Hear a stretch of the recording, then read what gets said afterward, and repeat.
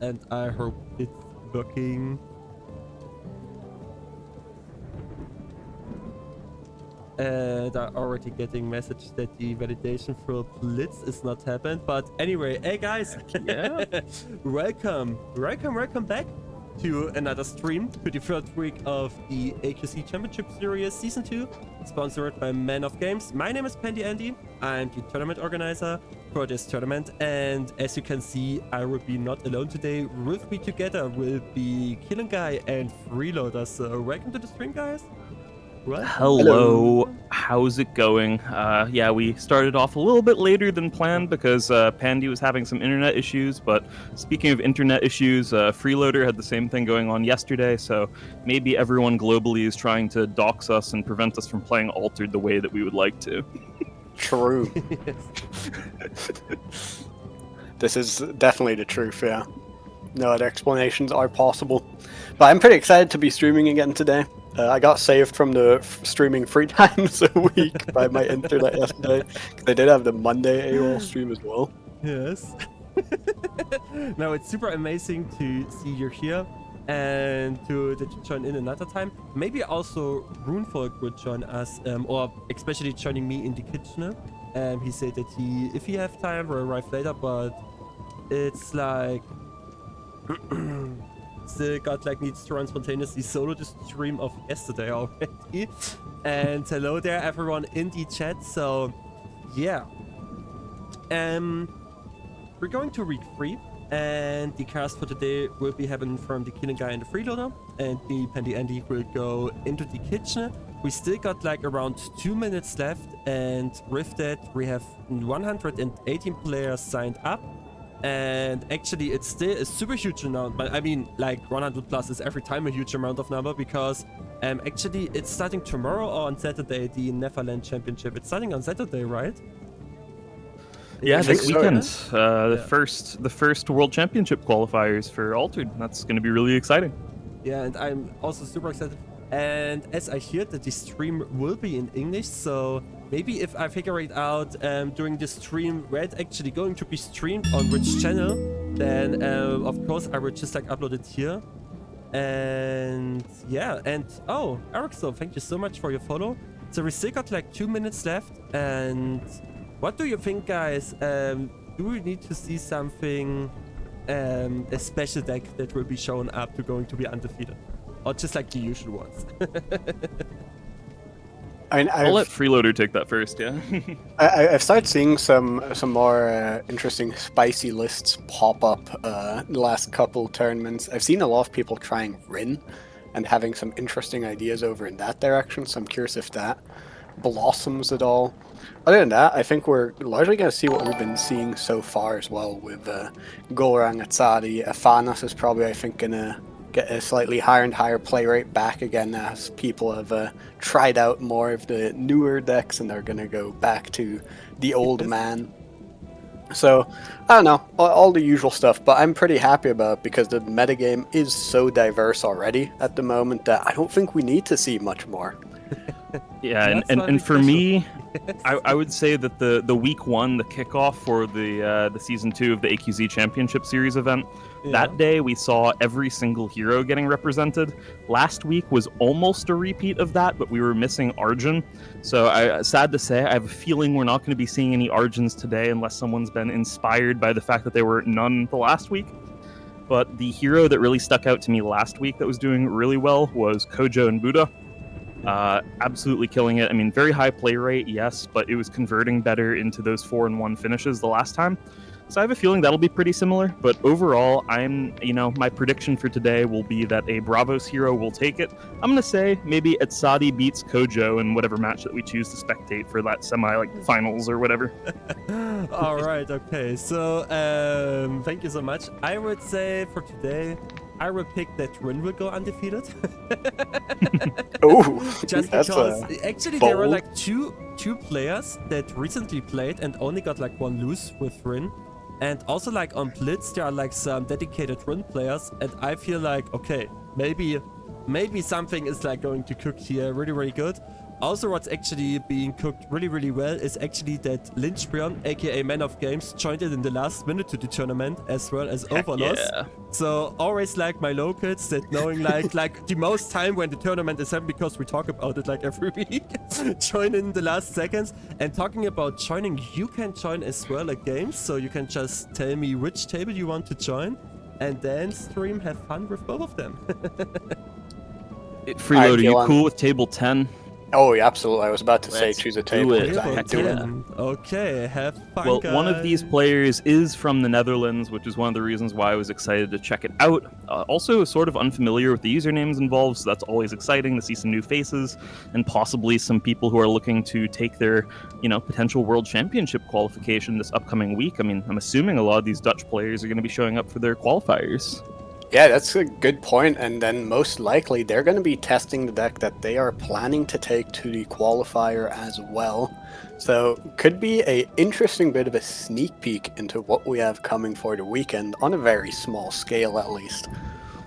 Definitely agreed, and I also just wanted to quickly mention before this game is well and truly live, is that Paandyandy with that Rin prediction today, further proof that he heads back to work again and he immediately loses his mind. So fair enough. Yeah, it's what the work does to you, especially in this heat that we are having in Central Europe. Hard to keep your mind intact with that going on. Either way, in the game, we have Akesha versus Fen, a Baba Yaga Day 1 just sitting themselves on top of the guitarist from the band Bliss. Will deny an advancement from Fen. Interesting card to be seeing out of a Fen. I wonder if there's some tech with that in the form of a card like Daedalus or some other boosters. Yeah, I'm sort of liking the cool configuration that we're already seeing. This Bliss Guitarist synergizes well with Scribbling Starfish. It's pretty clear they're doing something a little bit different, at least compared to more like standard Fen builds. They're really focusing around those base statistic 0 characters. Of course, Akesha really has that dream opener of just Baba Yaga when you can force the After You to make sure the Baba Yaga will be insane. So already a really nice start for Akesha. But I mean, the things are looking fine for Fen as well at this point.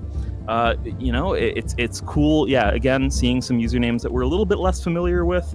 We have Tysandre, or Tysander, the Fen player here. They're representing the Netherlands. Apologies if I pronounced that incorrectly, but hey, do you want to try your best with the other player's username, Freeloader? So you took Tysandre, and I am taking TCA. Oh god. Yeah, I sent that one to you intentionally. It's from Team TCA. That thing isn't even on my screen entirely. Alex. Hold on, I'm opening a second tab for this one. TCA une fois sauce Alex. Yes, very good. Representing, of course, trading card Angers, the team from Angers, France. So yeah, cool to see. Definitely a very competitive area with some big tournaments there. So honestly, I have a feeling that both of these players might be practicing for their respective World Championship qualifiers.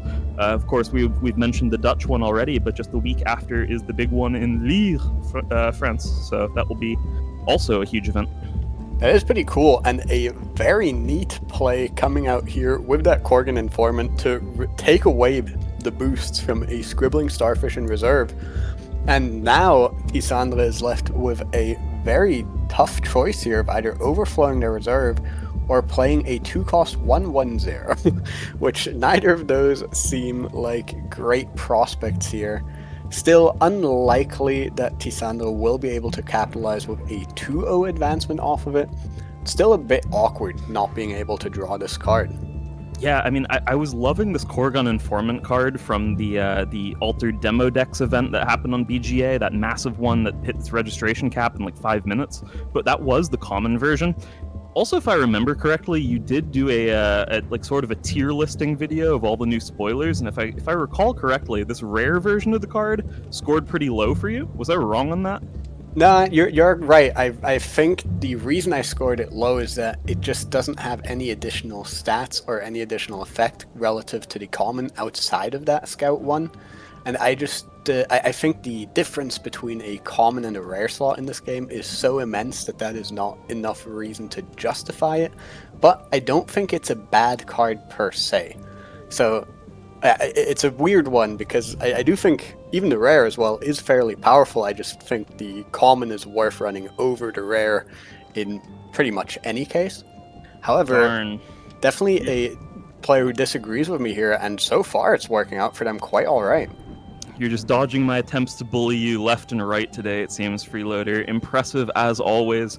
Really sweet one getting resupplied here at noon by the Fen player. I'm a big fan of this card, the common version of Merry Reunion. This one's really cool. I like it, especially in the early game for Fen, into matchups almost exactly like this one, where sometimes you're taking a lot of pressure as far as resources are concerned. Sometimes when you play that card from hand, you can just get a ton of value. Just play it from hand, then play it again from reserve for like 4 mana. Can be pretty good.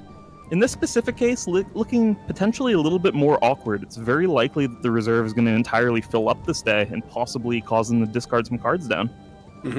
Yeah, I think we had a little bit of a chat about this Merry Reunion card, and I think the way you described it was so yeah, it goes burr. That's absolutely true. Pretty apt description there. Little awkward mana costs here though, with playing a free cost card from hand for the Sabotage, but having largely only free cost cards in reserve as well, while the max mana is 5. That is kind of brutal here, as there is no more play going to be coming out, and a overflowed reserve to boot. That's painful. They must have had a real awkward hand here. Yeah, it's one of these things where with that Merry Reunion card, you're really looking to max out the number of 2-cost characters you have in your deck, or especially ones that are 2-cost from reserve specifically, as it does let you play them from reserve. Which ends up meaning like something like a Hathor, for example, not super great with it because it does still cost a mana that way. Same with the Bliss Guitarist, same with this Daedalus, even though that's a really sweet inclusion into this deck. Just, the classic Anansi, of course, is your star hit. Typically when you hit that, it's just massive, just for that 2 mana that you invest into the Merry Reunion, which is super sweet. But otherwise, it can be a little bit clunky in this exact sort of scenario. If you're already playing a set of common Bliss Guitarists, a set of maybe these rare Daedaluses, and a bunch of Tanukis additionally, there's going to be a lot of cases where you spend that final remaining 2 mana on the Merry Reunion, and you just can't do anything with it.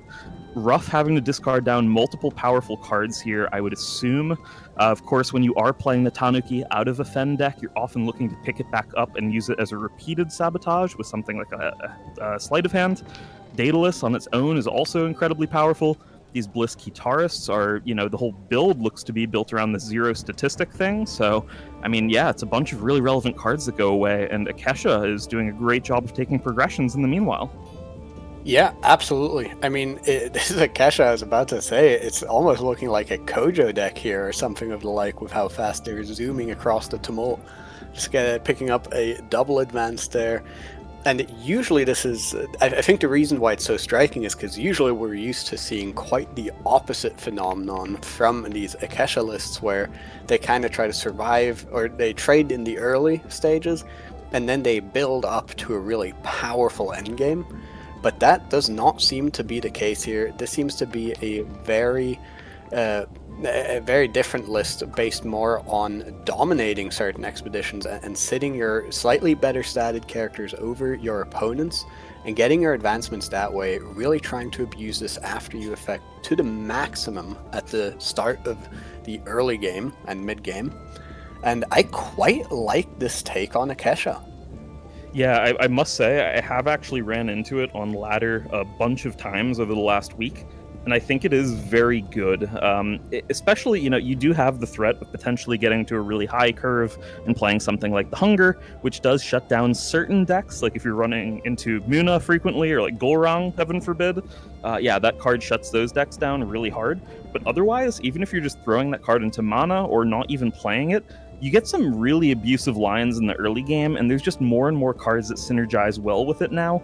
It wasn't sort of viable in earlier sets, I would say, because it was missing just a couple little glue pieces, but that's sort of been the trajectory of a few other decks as well. Things like BRAVOS Heroes, they got a ton of glue out of like Trial by Frost, for example. Before that, they were struggling in some cases. They got a bunch of useful cards like Haven Sarengar, and now they're sort of top dogs.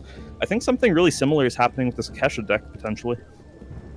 Yeah, I wouldn't be surprised. This was also a deck that, in my head, when Whispers of Maze first came out, I think everyone was aware the first deck anyone and everyone is going to be trying is either going to be Gulrang or Atsadi, right? But Whispers from the Maze actually benefited a ton of different heroes as well, right? Auroch, Akesha, Subhash as well. Got quite a couple new tools that might just help out these lists a lot.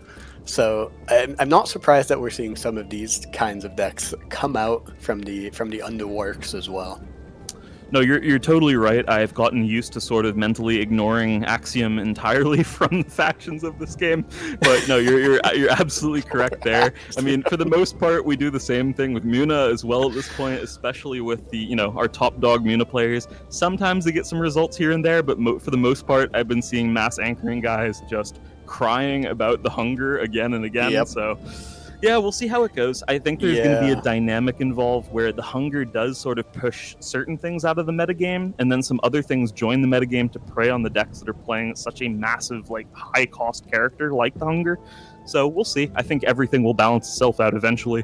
But for the time being, it feels bad when you're trying to set up important late-game landmarks or important late-game mass anchoring, for example. Yeah, good luck with that. Yeah. Good luck indeed. Give up a double advance just to get punished. Yeah, I don't know which one it was, but one of these Tasia legends, I think it was Bijitak, but I might be wrong on that. But I saw them in a recent tournament and they were on Sigismar. Oh no. Well, to be fair, Bijitak did play some Sigismar previously to that. They had some pretty sweet cards for it too. But so it doesn't surprise me too much. It's not the saddest thing ever. But if that was Izzy Lopez, for example, I would have been like, oh no. Yeah, I hope it wasn't Izzy Lopez. But it was quite brutal nonetheless, because I feel like every tournament I've seen, whoever it was, I forget exactly who it was, but whoever it was, I feel like every tournament I've ever seen them play was on that Muna list, on that Tasia list. And then I got to see them play something else, and to be fair, do really well with it. I don't remember if they went undefeated or only one loss, but still, it didn't feel right. Yeah, it's fair. And if you spent enough time in the Altered TCG official Discord server, you would know that it's totally unfair and unbalanced that only two factions get the use of such a good board wipe in the Hunger. So totally unfair. Similarly, we need best of 3 and mulligans for the same reason. But anyways, this game, it looks like it's going perfectly fine for the Akesha, even without playing that obnoxious board wipe. It's really been a situation where Fen hasn't been able to get any of the real synergy going. That early Korgon Informant stopped a card draw, and it's possibly that single card draw that could have been a much better curve for Fen. But as it stands, everything's just been looking so clunky, and missing the 0 stats has been relevant in this game as well. Yeah, I think honestly, there's a really weird element to Altered that I haven't quite figured out yet relative to other games, but it's due to the temporary nature of all these cards. Soft interaction can interact far harder than you might think at first, right? Small things like that Korgon Informant can, through the snowball effect, end up costing 2 or 3 full cards from Fen. And if you have a lot of those and a little bit of a good sabotage here, another Korgon Informant there, then all of a sudden you can just run somebody completely out of resources faster than you might expect. Yeah, I also like the potential of using the Scout 1 effect on that rare Korgon Informant, especially for Akesha specifically. Just the additional after you for the days where you're not actually that first player and getting that base one from the hero seems like it could actually be pretty nice against various decks in the metagame. So, I think overall that could be a really sweet choice.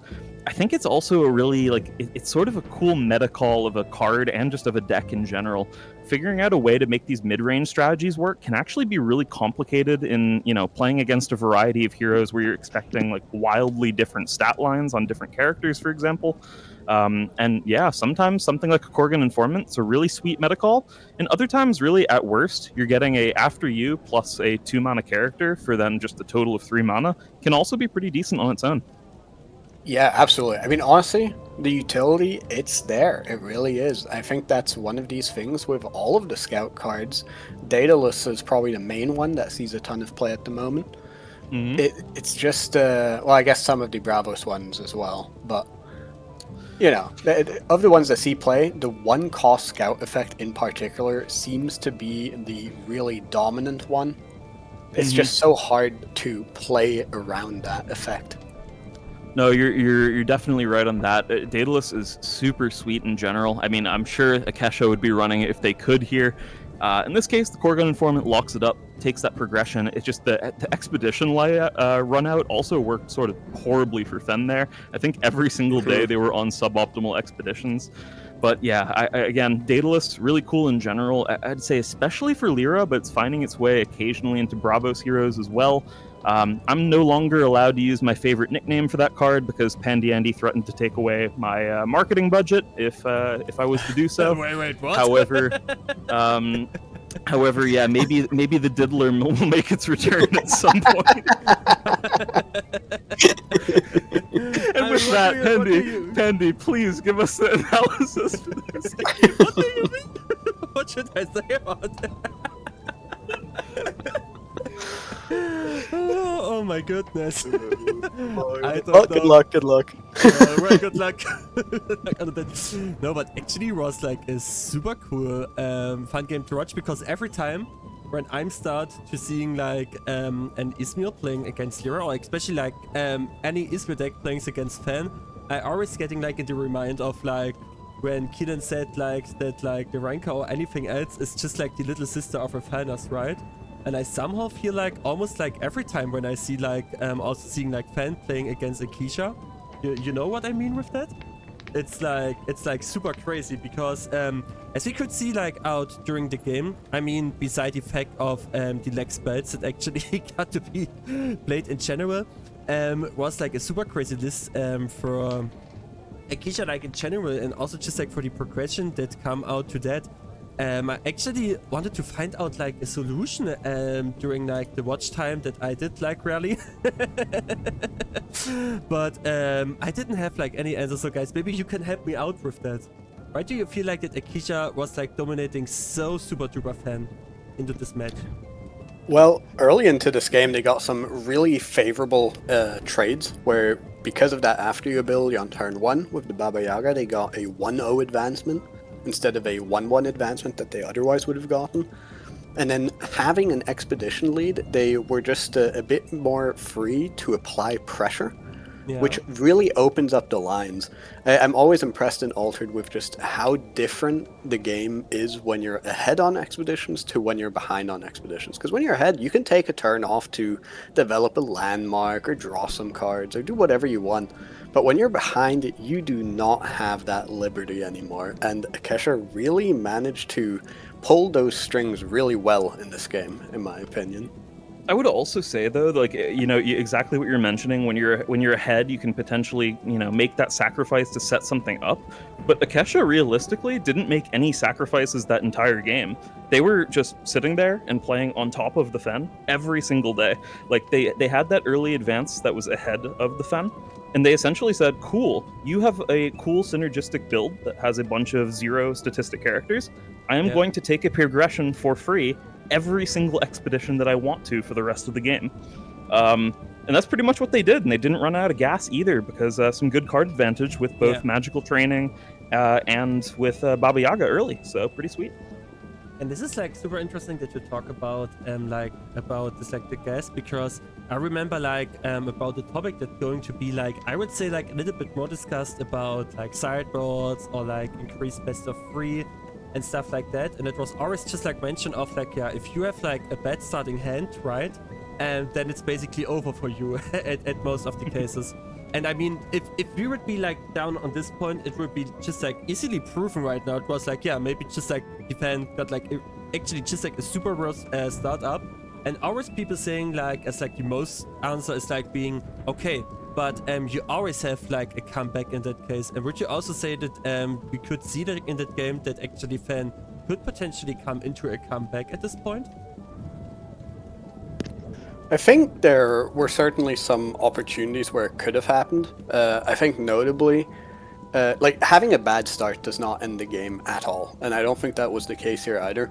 I think the turn that did almost seal the deal single-handedly was that Tanuki Merry Reunion turn, where they whiffed on the Merry Reunion and just they deployed 3 mana worth of things, including a sabotage effect, which means their stat value was even lower. It was closer to 2 mana, right? It was half her worth of stats. And on a turn where both players have access to 5 mana, and after that, it's just a bit cooked for them, I think. Could they have played it better? Maybe, you don't want to say, like, I mean, because we don't know what they had in hand, what their game plan is, what their deck plan is, but definitely there could have been a lot of things going better for them in that game. I would say in general as well that Fen specifically struggles really hard when you don't have a magical training opener going into Izmir matchups specifically. That's regardless of whether that's Afanas, Lindaway, or Akesha. Realistically, the most important card in the matchup is magical training. To be fair, I'm not sure if the Fen is even playing it in their configuration, because their configuration does seem to be like much more focused on something else entirely, which is fine. But this might be the faction that punishes that so hard, especially when, like, the later you go into the game, the more you want to be having looped that spell already to have good enough card advantage, and the more that you want to be able to loop it in those late game turns as well. So yeah, it's a really difficult scenario. Totally agree with Freeloader that turn specifically with the Merry Reunion was a little bit awkward, especially because everything did cost 3 mana from reserve. It was also a situation where the unique that came out from the Akesha early was so game impactful, like taking a progression and doing spell return at the same time for 2 mana. It wasn't even spell return, it was return anything. These uniques are really rare, and they're really good. Like they're unironically rarer than like Spindle Harvester uniques that Afanas runs. They're insane. They're really good. It was super impactful this game. That was pretty much it. It carried. Okay, yeah, because it's like, thank you so much, first of all. I mean, it's like one of like the funny things that I always like getting to realize when it's like come about that is like that basically, yeah, sure, there's like worse options that could be happened, and then your game is like totally being rigged up to a point at the beginning.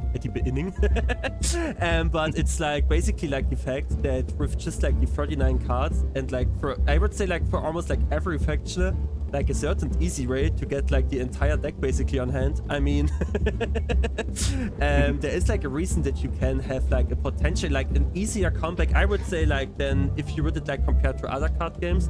But surely, yeah. For me, it's like always like I would say the best thing is like a mulligan. I'm not sure about that because I didn't always like mulligans also like on other card games. if I'm being honest. But yeah. But I would also say it's like special for Fen because basically you cannot just like decide what you're actually getting, right? So basically, if you're going to start, for example, I would say you're going to start to getting all your magical trainings just like Manoret, or just like all Anansis, or just like everything else that could help you in early game, and then you're just like super cooked basically. And this could be like potentially happen. So so I would say outside of Lyra, I would say like every deck could like have a potential chance. And actually there's like a super cool discussion going on, and I mean we can join like some of like the latest games that's still going to be, because there are like some left. About like the hunger in general, and also someone Brent Harrington that also just like primed, so thank you so much for your subscription. So now I said it without muting my mic. Actually mentioned about the hunger, and that's going to be like in the 2 strongest factions for that. Would you say like is like the hunger really like a game changer and compare like to that there are actually decks that will never work anytime out, as long there are like decks that running the hunger? So maybe we can just like include the discussion, yeah? If I can field that first, I would say that there are certain decks or certain ideas or strategies that do kind of get killed by it. But I honestly, like when something strong gets printed in any game, I typically, you know, unless it's like a personal pet thing that I care about for some reason, I typically don't mind as someone who enjoys like playing games competitively in a lot of cases, because that just gives more room to optimize and metagame around a metagame where I can both expect that card's going to get played, and where, say, if I had a really bad Tasia matchup beforehand, for example, maybe I no longer have that because the Tasia players are scared of dying to hunger, for example. So personally, I think that sort of thing is pretty okay. I get other people don't like it, and I think in a lot of cases, I don't mean this as an insult in any way, shape, or form, but like more casual players are going to be really sad if their pet deck seems like no longer viable. Realistically, I don't have much sympathy for the Tasia players because their hero was largely pretty good, and the main strategy it does shut down from Tasia is that crazy mass anchoring, which was frankly pretty absurd. I do feel a little bit more sympathy for Gulrang, who seems like, oh, they're finally having their chance to have their moment in the spotlight, and then the spotlight is getting completely absorbed by, you know, this evil demon thing. So I could just lore accurate. Lore accurate. No, what I actually feel like almost is just like what I actually liked about like the first two sets, when it comes like to some kind of removal, or just like with Avalanche, or just like the, I forgot the name, Blizzard, that come with Trials by Frost as cards, right? That was not just like completely removing like your entire playboard, because I'm like one of those guys that actually don't like it, but because it was like that you can target like specific areas for the game, right? And I also feel like maybe if like for a more casual player, if then you start to build up, and I think in Altered everything is just like about to build up for the board, right? I mean, it's like for every card game that you kind of upset if someone is just like playing like one card and it's basically getting removed. But I'm also saying like on agreeing on that you can fully just like play around. I mean, if you know like, okay, my opponent is running it, and then you need to figuring out, okay, it's just like 1 or 2 copy at least that coming to be, then you can play around it. And I mean, if you start to use your entire stuff just like to be pulled out and then you have nothing left, it's hard. Could be hard for everything, yeah? I think as well that there's a really interesting tension developing where oftentimes players were so incentivized to, I guess, create advantage in one, and I guess the main way would be deploying things onto a board that stick around, like whether that's characters with anchored or things that are maybe asleep with different heroes, or whether that's permanents and landmarks, or whether if that's like, you know, if you're playing Fen, having like a reserve with 8 things in it that are going to do a bunch of crazy stuff or whatever, right? So that was one of the main ways of getting advantage, and then some other decks were looking more towards generating card advantage and just drawing cards in general, putting things in your hand. Hunger plays really poorly into the latter of the two, and plays really well into the first of the two. But I think there's this interesting phenomenon that could take place as well, where if players are playing a lot of then like card advantage and card draw, maybe something like Loki becomes viable in a metagame, right? Because that's going to punish more the players who are just looking to draw 10 cards. So, you know, like there's different cool meta tools that can take place and find their way into deck lists to really prey on different expected metagames. And I'm really excited for that sort of brewing that might go on. And Psycho just like mentioned, I think you guys forget that in paper the round timer is way too short for those slow as Gurang players. I know why Gurang players are, as I've joined in, so I take it personally. Well, there you go. You should tell those Gulrang players to go play AQZ Blitz on every Tuesday, part of the Turbo Tuesday series of events. That'll teach them to play faster. There you go. And I mean, I'm just like being honest, I've started to try out Gurang, and I feel like that you can also just like easily play around the Hunger if you're also being like fast enough to play in general, because you can just like stall out. And I mean, if you're going to start to use like your main resources like as soon as you hit 8 mana, and then just like continue replaying it like non-brainer, just like put it out, then of course it could be something like that. So I think it's just like a good resource management will help it. Like 200%, just like good resource management. And you're right, Psycho, but I think maybe we will see the proofness in this weekend for the first World Championship qualifiers that's going to be happened. How slow actually some decks are going to be. And talking about slow things, I think we're going to be slowly to and finish. There's only one table left actually to play. Yeah, I think they're in a tiebreaker too. Oh, it's a tiebreaker. Then we can join in. And it's again an Ivanka, and Klinger is playing it, but being in overtime. Ooh. And License Rift directs the Hunger, that's also true. And Cole wants that I need to show like 11 mass anchoring uniques. And I can tell you, Cole, it's like not that hard because if I see at least 5 teacher players, all of them playing them, so I will get at this information. I will get at this information. Yeah, just to quickly get my like 1 or 2 cents in on that as well. Yeah, Personally, sure. I really like it, and for Altered specifically, that we have some expensive cards that are now viable play-wise. And then also, I'm just always a fan of cards that counter specific strategies. So if you don't want to lose to something, then we can play that card, you know. But I strongly agree with that. Yeah, People like playing their super linear deck lists and then get really upset when they don't work optimally anymore. Play something reactive, please. Trust me. The first time your opponent plays a hunger and then just loses the game because they spend 8 mana on do nothing, it'll feel really good for you, especially if you swapped off of like mass anchoring Tasia or like just permanent spam Gulrung or something.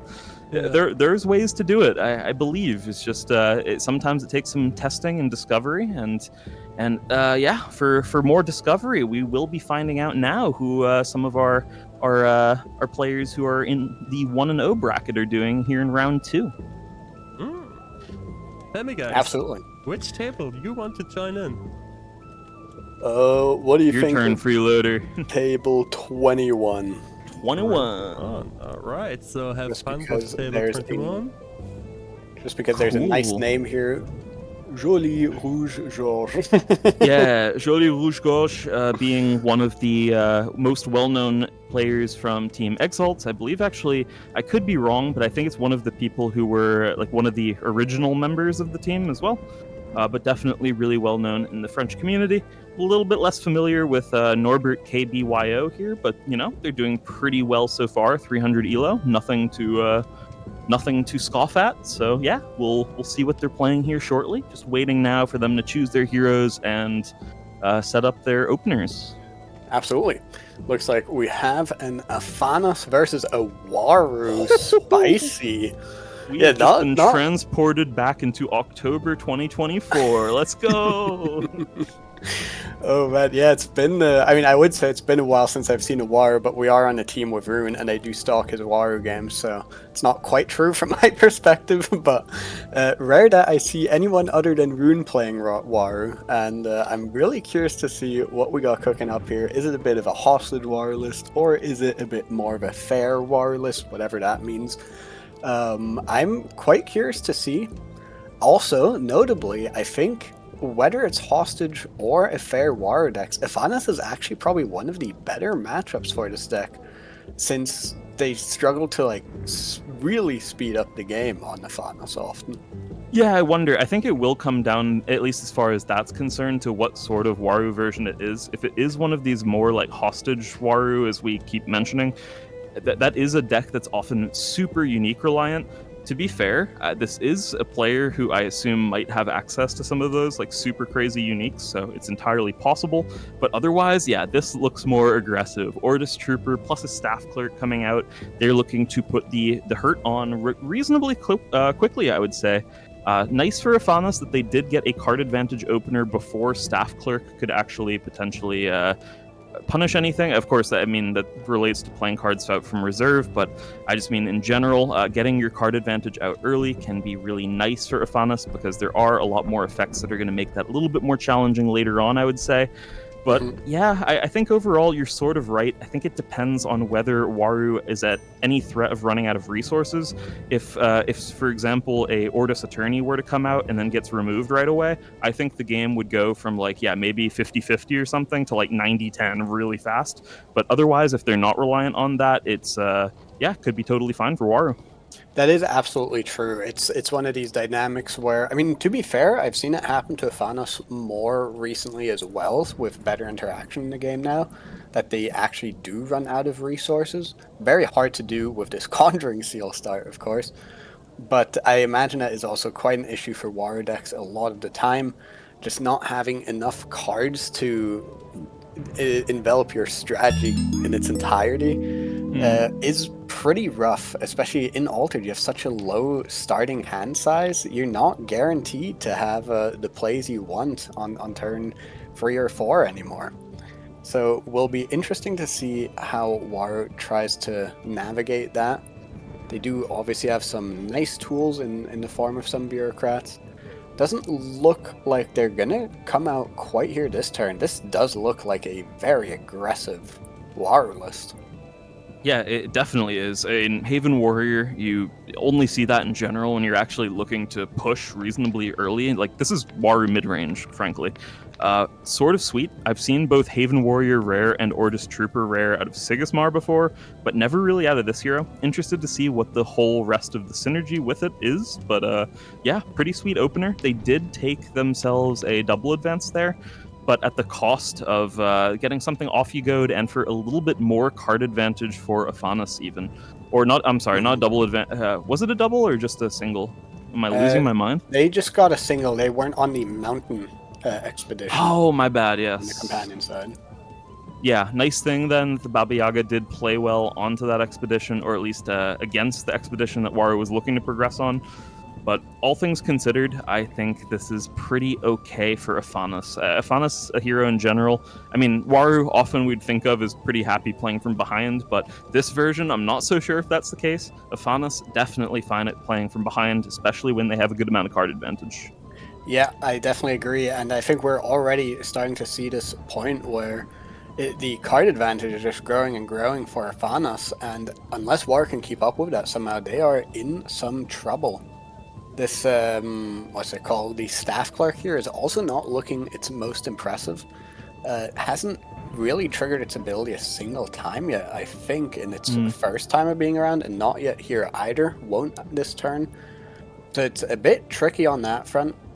Decent chance of just getting a trade by playing Haven Warrior out here, but I don't think it's getting better in the short term for Waru here, unless they can find some kind of setup. Yeah, I mean, that's one of the things that's so nice for Afanas about having that Conjuring Seal opener, especially into a card like Staff Clerk. You're just virtually never really going to be playing from reserve in the relevant turns. And that's what Staff Clerk is really looking to punish. So in this case, yeah, you're totally right. It's not looking super optimal there. But I wouldn't be surprised if this will be enough to find Waru another progression for this day at least. But I guess the big question is, at what cost? This Baba Yaga churning out a ton of value at the moment. Another copy of Off You Go. In this specific case, I almost wonder if that's like almost a little bit too much, because they are functionally burning these copies of the card. Notably, this Baba Yaga unique, really, really good for card advantage. It does draw them a card when it leaves the expedition zone. It does require that boost gets placed on it in order to enable that, notably. So, yeah, there will be a progression on that hero side for the Waru, no progression for the Afanas. But overall now, there will not be this access to these off-you-goes unless there's some sort of sleight of hand effect or a different unique to pick them up. And realistically, you never want to be playing those out from reserve for 4 mana if you can do anything to avoid it. Yeah, there's corner cases where it's okay against cards like Aloe Vera if they don't have any tough from Spindle Bastions or anything like that. But yeah, typically, definitely a situation you want to avoid unless you are at 14 plus mana or something. So definitely looking, it's interesting in that front, having quite a lot of cards in hand for Afanas, but also functionally not having reserve is an interesting dilemma, I guess. Still, yeah, Waru isn't in a better spot. I find it so interesting for this type of a Waru list that the hero ability, it feels so minuscule compared to other hero abilities in the game, right? Because every other hero ability gives you some form of just, here you have some vague upside. But on a very, upfront level, the Waru hero ability is just a downside, right? If you look at Kodama being a 2-cost free on both halves, that doesn't really see a whole lot of play because it comes in to sleep.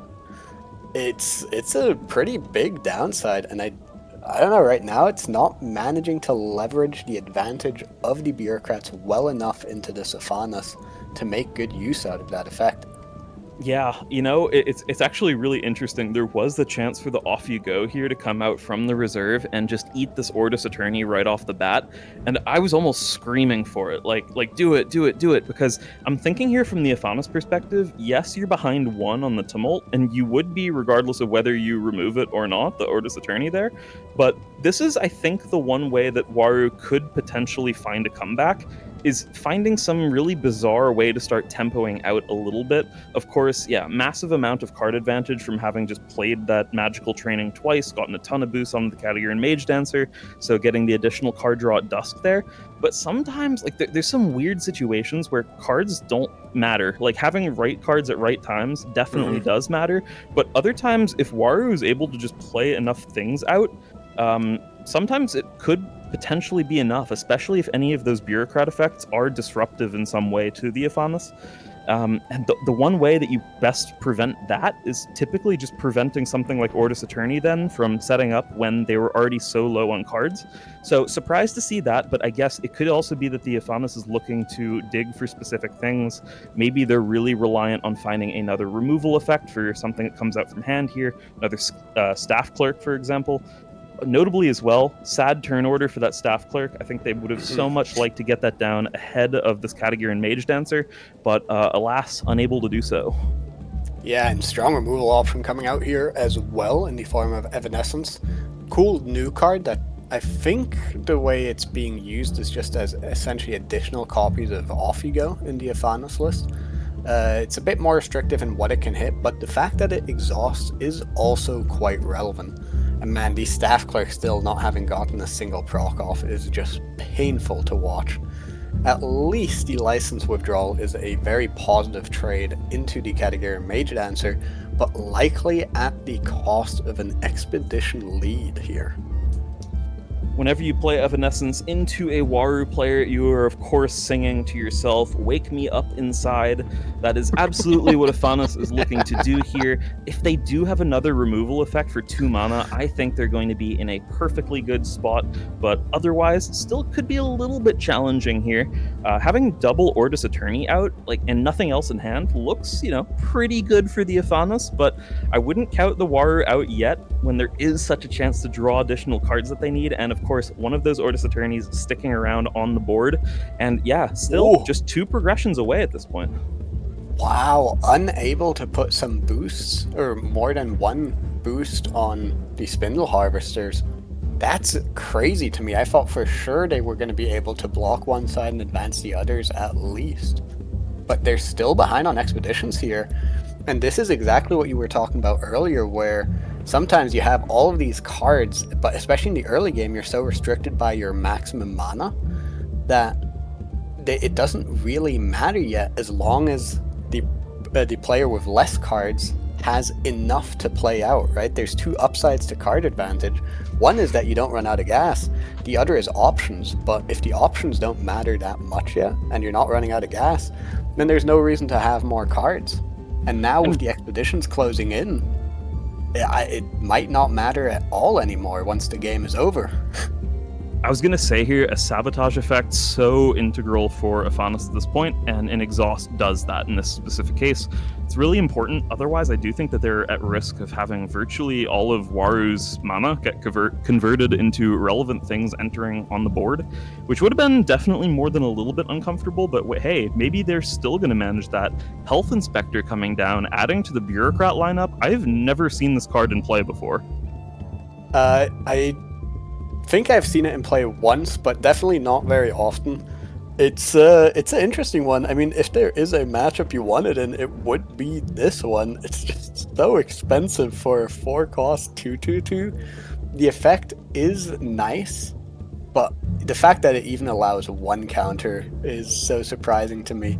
It will still hamper the Afanis a little bit here, but I don't think stats are what Afanis is too concerned about here. I think they are more concerned with just removing Waru's threats, honestly.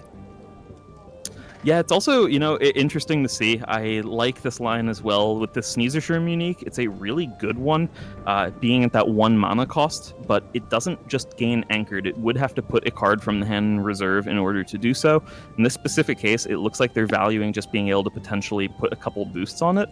The problem here is, though, Health Inspector is going to prevent exactly that. It's just going to be probably a single boost on the card, meaning that this Health Inspector suddenly is going to be particularly relevant. So removal is going to likely have to snipe down this Ortis Attorney to find a progression on that companion side, which would mean, yeah, Afanis might end up ahead on progressions, but I would say, you know, decent board state still for Waru.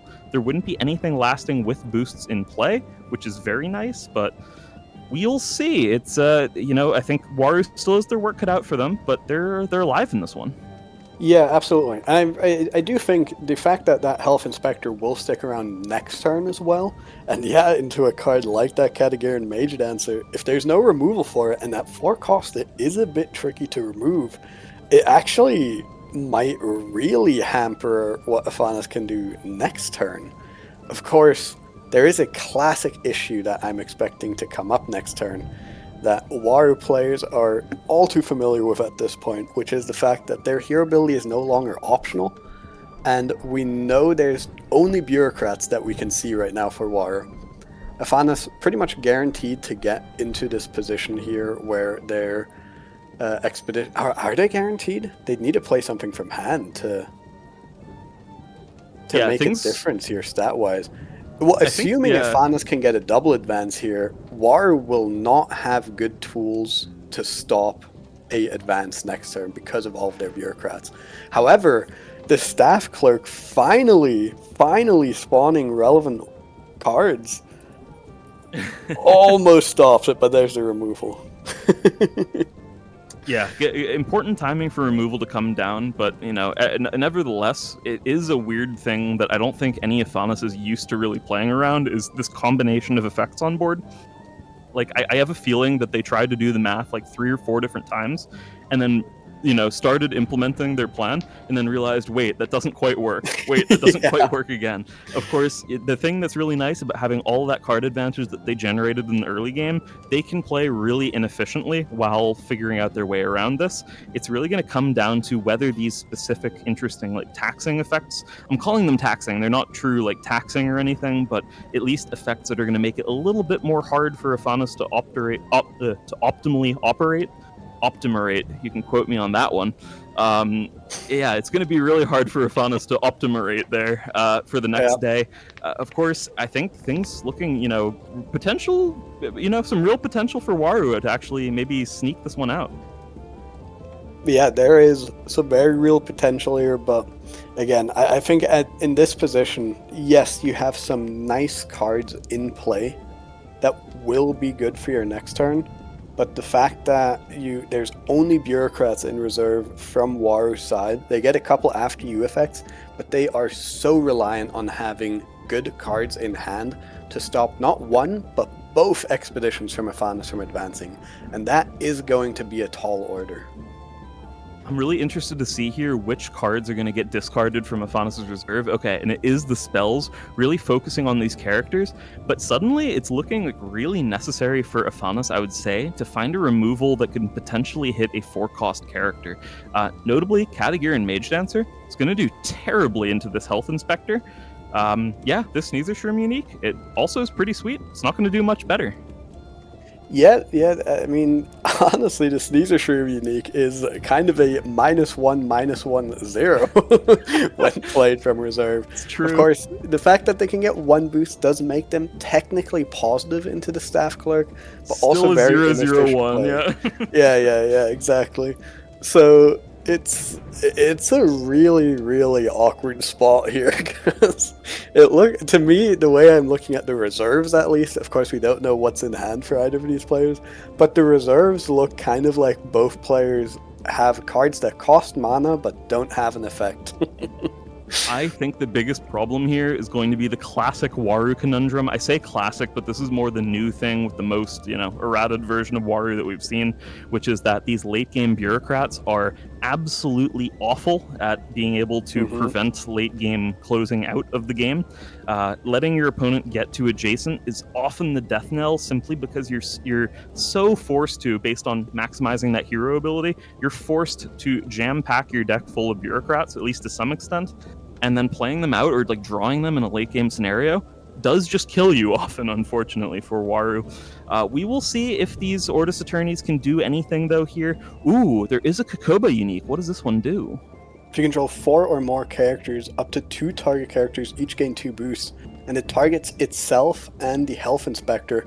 Notably, at 4 cost, it is out of reach for the Off You Go, so no risk there of getting sniped. But any spell can still place a boost onto one of these characters, which just one though.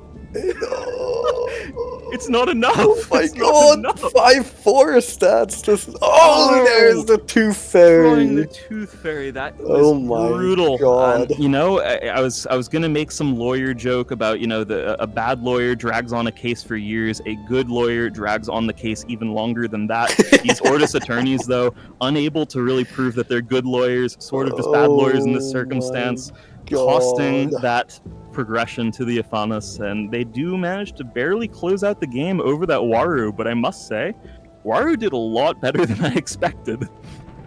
Yeah, same. I thought they were completely going to get ridiculously outstatted there on that final turn, but this Health Inspector actually looked very meaningful there at the end, and almost a single stat point. Though I gotta say, that final turn looked absolutely fabulous to watch. It's just the most awkward thing I've ever seen, I think, in all. Yeah, the fact that the Afanas was forced to draw a character then that would put a stat into Forest for 2 or less mana. I wonder how many hits of that would actually be in their deck. I have a feeling it wasn't many. They did manage to sneak that one out, but whew, hard one. Paandy, let us know. What did you think? Was that one as hard as it looked? It was like, I mean, every time if I seeing like a Raru, I'm going to be like in a shock stance because I'm being like, oh no, please no hostage. But as you can see, it was a slightly different list, and also as Runefolk mentioned, probably BRAVOS had involved Xarx Raru deck building, and this is true. Actually, we felt like from a lot of players that actually started to play around Raru, that's not like being a full hostage list and it's going to be like more of an every time a unit joins, you're going to start to draw a card. Actually, I'm super interested in how the actually like the Raru deck is looking like from Jody Europe. It's actually a really cool name. Just need to mention that it was a good table choice, Freeloader. Thank you.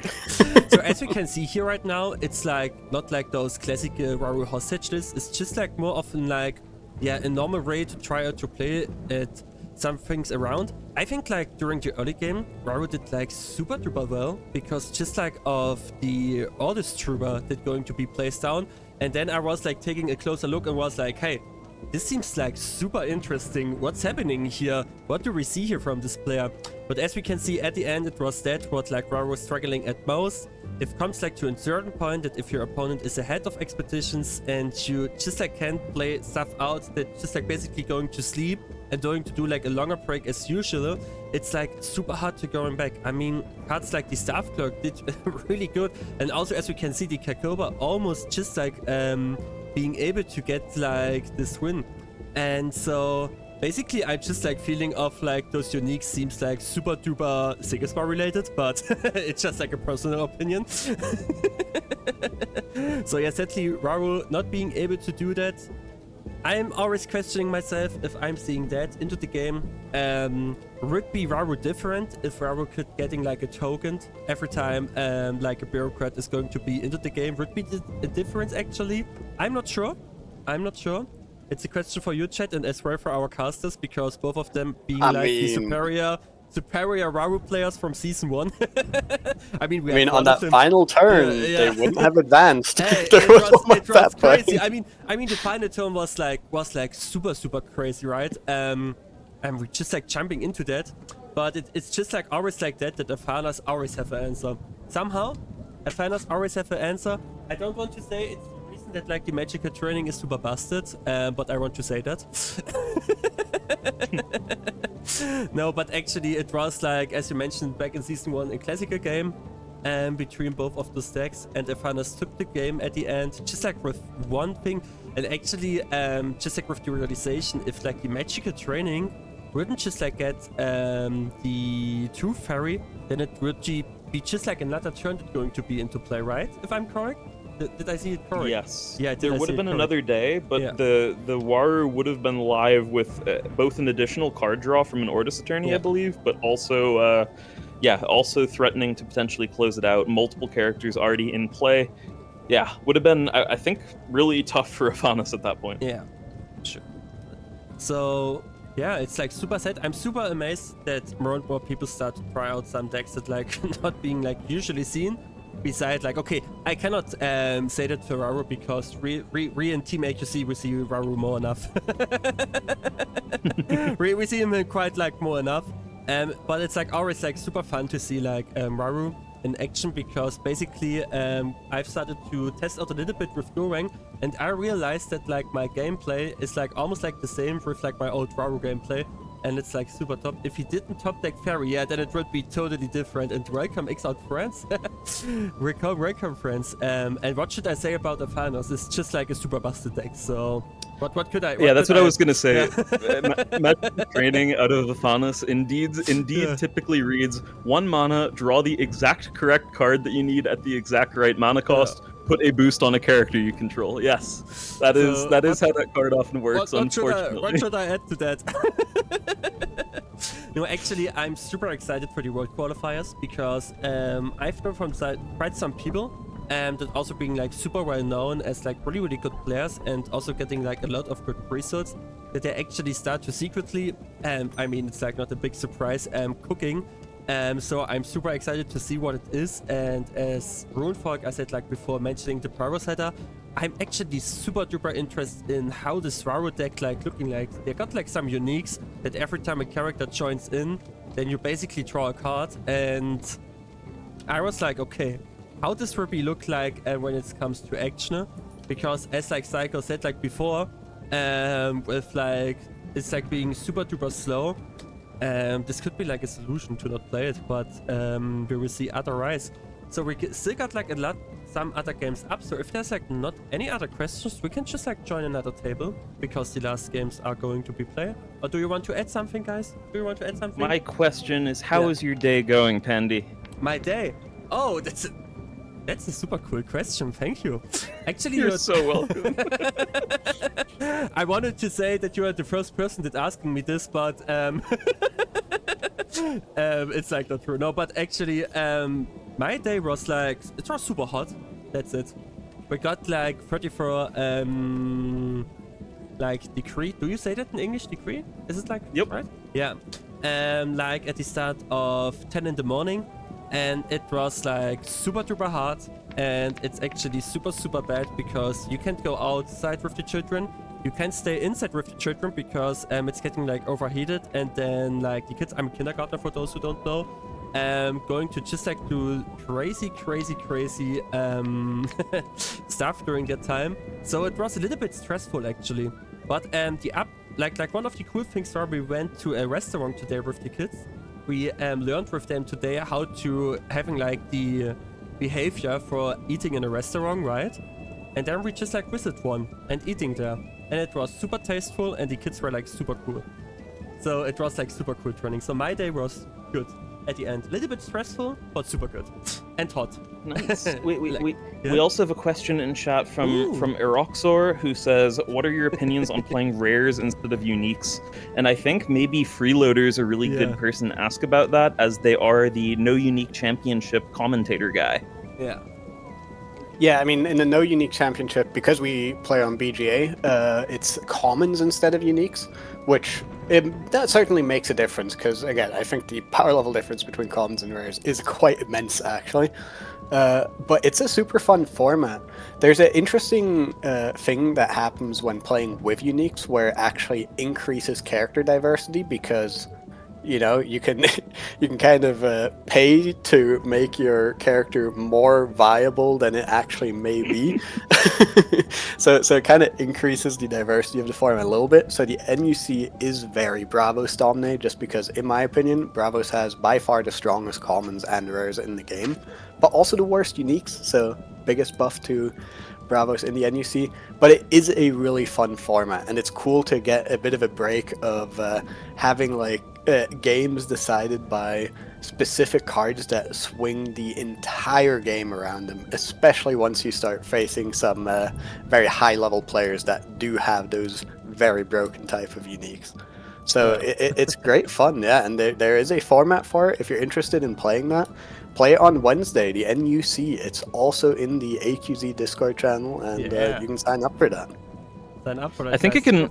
Yeah. For some decks, it can also be a good way of, like, without dropping a ton of money on, like, viable uniques for some things, like getting an idea of how a deck plays. Sometimes it's really hard to make work, though, because there are a lot of decks that are super unique reliant as sort of glue that holds the strategy together. And so sometimes you'll get sort of a bad picture of what a deck looks like if you're expecting to play something similar in a format with uniques. But yeah, overall, it can definitely be a good way to practice. We've had players register for events like this before and actually have some pretty decent placements, even without good uniques and everything. So definitely, you know, if you're looking to just get some reps and play some Altered and, you know, play a solid list that doesn't care so much about uniques, it's still reasonably viable. I mean, yeah, uniques are super powerful, super strong, but you sometimes can win without them. I mean, hell, we had a starter deck Sigismar that used to, back in like the you know, January, February, still get placements in some of these events. So also in Beyond the Gates, I remember I would play Kojo, I think still during the Waru meta actually, where Robin Hood was legal in full force, and I got top 50 on a no uniques Kojo list, right? And I think you've done some similar things as well, Kelonguy, right? Running some like 1 or 0 unique lists and just popping off on them completely. I had a 1 unique Lindaway list that did pretty crazy for a little while. Yeah, so it's absolutely viable, right? But the uniques do certainly help if you are looking for that extra juice at power level. I mean, I'm always down to say you could like have an easy solution that like uniques don't define the game resource. Just increase the deck. It's like not hard. Didn't you just like do you remember, guys, I think it was you, Felix, you did like actually do the maths on how high is the chance to draw a certain card with 39 cards, right? Do you remember the percentage? Do you remember it? Well, I mean, you remember that, I'm sure. if you're running a card as a free of, so the reason we were looking into this was because of festival lists specifically. Yeah. And the chance of you, if you're running free festivals in your list, the chance to find one on turn 2 is, it's like 50.1% or something. It's pretty much exactly 50%. This is crazy. So finding specific, if you have free uniques that are functionally the same, you are so likely to get them still in the early stages of the game that it's really, really impactful. Like, it sounds like 3 out of 39 cards is not a lot, but it makes a huge difference. Yeah, I mean, it's really easy to think like, oh, that's like one out of 13 cards. The chance must not be that high, but you're totally right. I think it's like if you count 8 cards, so like the chance of seeing a unique by day 2, it's like 49.5%, right? Yeah. And then it's over 50. It's technically over 50. Okay, I thought it was 49.5, but I guess my math is wrong on that. But then the fact that it definitely gets pushed above that by the fact that virtually every deck plays some form of card advantage as well. That makes it that you're often seeing more than just 8 cards by day 2. Yeah, it's crazy. Yeah. And also, if you just like adding the fact, because what I've realized recently with playing, almost like with every faction or every hero or every deck that you're playing, you're being super easily able to just like draw out cards. I think getting like resources, like it's just like a feeling. I mean, if someone did the math and saying like, no, you're totally wrong, Paandyandy, I mean, it's okay, I take that. But I feel like I remember like when I was playing like simply a Thanos as always, and then I was facing against like a Kojo, for example, where I was always like, okay, I mean, he's playing like one character or maybe 2, and then that's it for his show, and then he needs to stick around with his like 2 hand cards, and then coming to like Whispers for Maze and with all those like new draw anything like uniques, and then I was like, how can he keep like me like 7 to 8 card ups in his hand? Also like with the Maze to getting cards out from the reserve. So I feel like it's like super easily to getting like the resource that you want out of your deck. And it's just like pure by the fact that you only have like 39 cards to take care. And also just like the fact that you don't getting like a loose and instant your whole deck, just like basically getting to re-put your discard pile in the deck. So, and Bastian Sasi Contratrato, hello, and greetings from Chile. Oh, that's amazing. Hello, nice that you joined in. So would you say it would help if you would start to increase like the deck cap? Would it make sense? Or like, would it like make more sense? What do you feel about that? I'm always like super happy if this would be happening. But I think the duck was saying to me that round 3 started, right? It did indeed. You know, maybe we'll save that question for the next next round, because I would love to talk about that. Yes.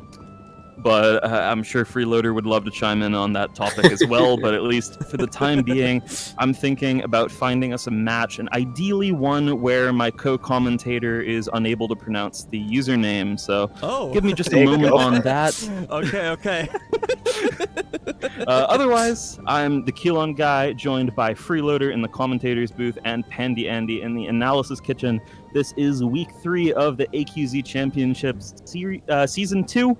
That means now that we are in round 3, there's only 2 more rounds after this one for a total of 5 rounds. Our undefeated players all qualifying themselves for a future finale event, which is very exclusive and very cool, and you very much want to be there. So try to get your undefeated runs in. Otherwise, want to go? Let's go into table 37. 37. I want to see the names. Oh, okay. I didn't actually choose for that. I chose for names that were interesting, and I like being able to spend a couple rounds looking at some of the lower tables as well, because we tend towards the end of the event to focus on the top. Okay. Yeah, that is a good shout. Yeah, I was about to say, what are these names? It's just a Jim and a Coruscant. Come on, those aren't hard. Absolutely agreed with you there, Freeloader. But yeah, just waiting on some deck selection and opening hand selection now, and then we'll be jumping right in to bring you round 3 of the event. How are you feeling today, Freeloader? I've asked Paandy, but how about you? It's pretty much the same. I'm doing good, and I am steaming hot, sweating from toe to hair, I guess. It's brutal out here, or in here, I should say, since I am not, in fact, outdoors, believe it or not. But chilling for the most part. I mean, it's warm, but there's worse things in the world. How about you? How are you doing? As we are getting into the game, so maybe not how are you doing. How's this Kojo versus a Kesha matchup? Yeah, that's gonna be a cool one, actually. I'm really interested to see what sort of version of a Kesha it is, and it looks to be sort of maybe similar to the one we saw earlier. That sort of tempo mid-rangey style does threaten to try to outstat Kojo on this first day of the game. Notably, Kojo does choose to play out an additional character there, but it's not enough to go over this Katagiri Alchemist. Sometimes I think some people would look at that and think that it was maybe a mistake to play it. In this specific case, it's very clear to me that Kojo just wants this ability to get the draw from the Haven Sarengar while continuing to pressure as soon as possible. So I think that's still a reasonable play there. Yeah, there's always a bit of a push and pull. It's quite a common play in Altered that you play a card from your hand, even if it doesn't do anything for you on that turn, just to get it into your reserve. I think my only... because in general, I think, it's just a good line a lot of the time. In this case, the only thing I'd be a little bit worried about is that you are doing it when you are having the first player token, which means exactly the scenario is going to happen where the card you really want to play from reserve, you're opening it up to be sabotaged by your opponent, which is exactly what we just saw happen here. And that means that you don't get this draw off the Haven Sarengar, and now you committed 2 cards on turn 1 to just get hit on your resources even harder. Now there's not even a second card being played by Kojo, and once again, I can't believe it, we're seeing an Akesha deck just go up in expeditions early into the game. What's happening? I'm so used to seeing these Akesha lists be slower. Yeah, it's really funny. Like when that Haven Sarengar got played out, the first thing I looked at was, who has that first player token? Because when you do have the opportunity as the like a Kesha player or just Izmir player in general for spending 2 mana on a Tooth Fairy to sabotage away a Haven Sarengar, you are doing it like always, like 98% of the time. And it's so nice when you get to land that. It feels really good. Now Kojo is going to be on way lower resources for the rest of the game. And there's also a lot less risk of like ramp cards becoming particularly relevant. because, you know, if someone does end up binning like a tiny Djinn into mana at some point, or even a mighty Djinn, then they're running so low on cards that it's not going to work particularly well for them. And typically, Akesha has a lot of removal to supplement their own game plan, so they'll definitely be able to tax that low resource economy thing from Kojo pretty handily. But notably, Lernaean Hydra, really sweet include here from the Kojo that can be pretty difficult to remove sometimes. But whoa, Korgan Informant. Yeah, hey, look at that. It can take away some of the boosts from Lernaean Hydra. Not that it matters in this situation, but I'm loving this Akesha deck. I mean, I've only seen it twice now, this being the second time, but it just seems like such a neat list. Such a mid-rangey, kind of very fair, but not weak list at all. And being able to just sit on the expeditions, leverage this After You ability very well, just seems like such a cool build. Notably, if there's more copies of Korgan Informant, it's not only characters that can get counters removed from here. It would also care about a potential landmark like Icebound Peak. So even if Kojo was able to find a way of getting a couple counters onto that Icebound Peak and threatening to pop it at a critical moment, if Akesha finds another copy of Korgan Informant, that might just be not viable anymore. Yeah, so, or if they return this one to hand. And man, this second 2-fairy was a brutal. This Akesha, while advancing, is being... they can play so aggressively on resource denial here. And I think sniping that Haven Sarengar on turn 2 almost was already the nail in the coffin for this game, because once you don't have those resources, unless you draw a card that draws you more cards, you aren't going to get back into resources either. And now the disadvantage is just already so massive for Kojo. Their only saving grace here is that they are having reasonable expeditions to defend on, and they're on a Buddha turn. But at the latest next turn, likely even already this turn, they are going to face some significant challenges in stopping this Akesha, which might just be the fastest game I've seen in the tournament so far. No, yeah, this one is brutally quick, lightning fast. The Kojo player mentioning in the chat that they have a completely unplayable draw. The Akesha does say that that is a shame, but honestly, for their chances of success in this game, it's not that much of a shame for them. Yeah. I think they're pretty darn happy with that. Of course, they are also mentioning that they would like some practice against Kojo with a good draw, so I get it as well, especially maybe they are also looking to prep for their own World Championship qualifiers. So, fair enough. Sustenance. It's an interesting card. I actually kind of like it, but it is not the situation where you want it. It is an After You effect, but it is a bit expensive. Oh, and then you just get exhausted. So nothing lining up here. The resource denial from Akesha is so mean in this game. Oh, and no character to play either. Well, it's ramp, I guess. This just goes from bad to worse. Wow. I don't really know what to say. Damage. Yep, really that was brutal. Oh yeah, there is that second Korgan Informant, so even if that whatever it was, it doesn't even matter. Icebound Peak, even if it had gotten some counters there, they would have just been removed at some point. Well done from Akesha. That was the most impressively fast Akesha game that I've ever seen. Guys, if you want, we can just join another game. I like that idea, Paandy. But while we choose another table, how surprised are you, Paandy, that the fastest game that you will ever see was won by an Akesha? I mean, actually, you're being surprised that I'm not being that surprised, right? Okay, fair enough. Maybe I'm just table 15, by the way. Table 15. Just like to add 2 sentences, I almost feel like that maybe Akesha can be like super fast because you have like an entire ability to just like use After You, right? But it's like super crazy. I want to figure it out why, and I will it as long as you will enjoy this game. So have fun, guys. Thank you.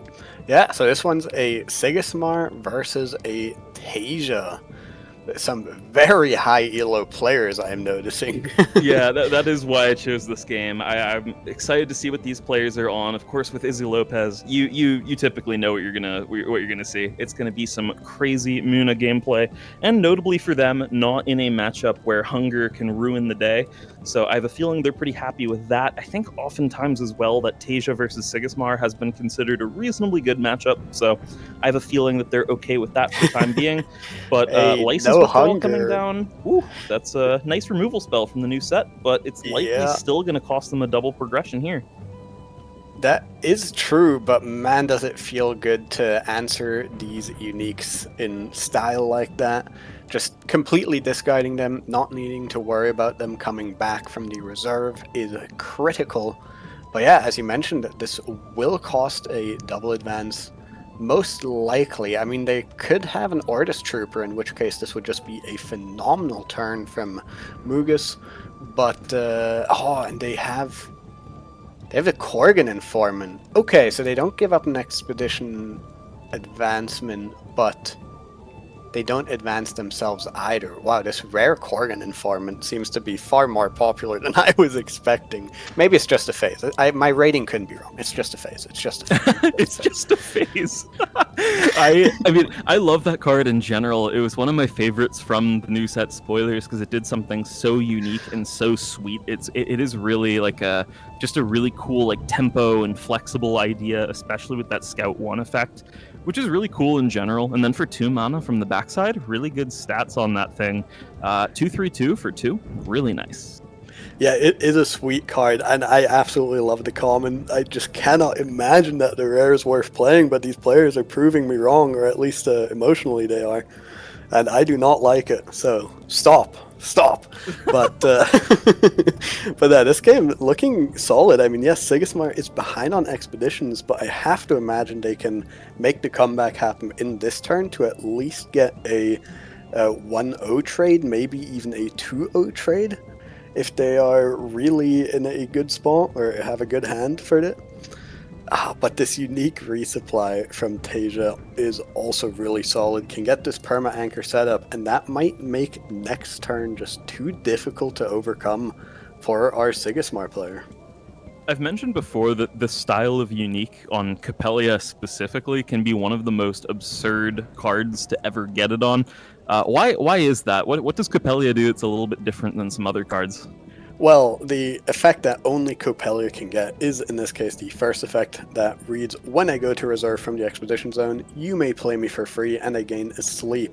Now, there's like 2 really relevant things to them, and neither of them are even the fact that it doesn't cost you any mana to replay it. But it makes... Actually, there's a ton of super relevant things the more I'm thinking about it. It gives you protection from certain forms of removal, because when the Capellia is sent... If you play it from hand, it gets sent to reserve. It just comes out again. It's like it wasn't even removed.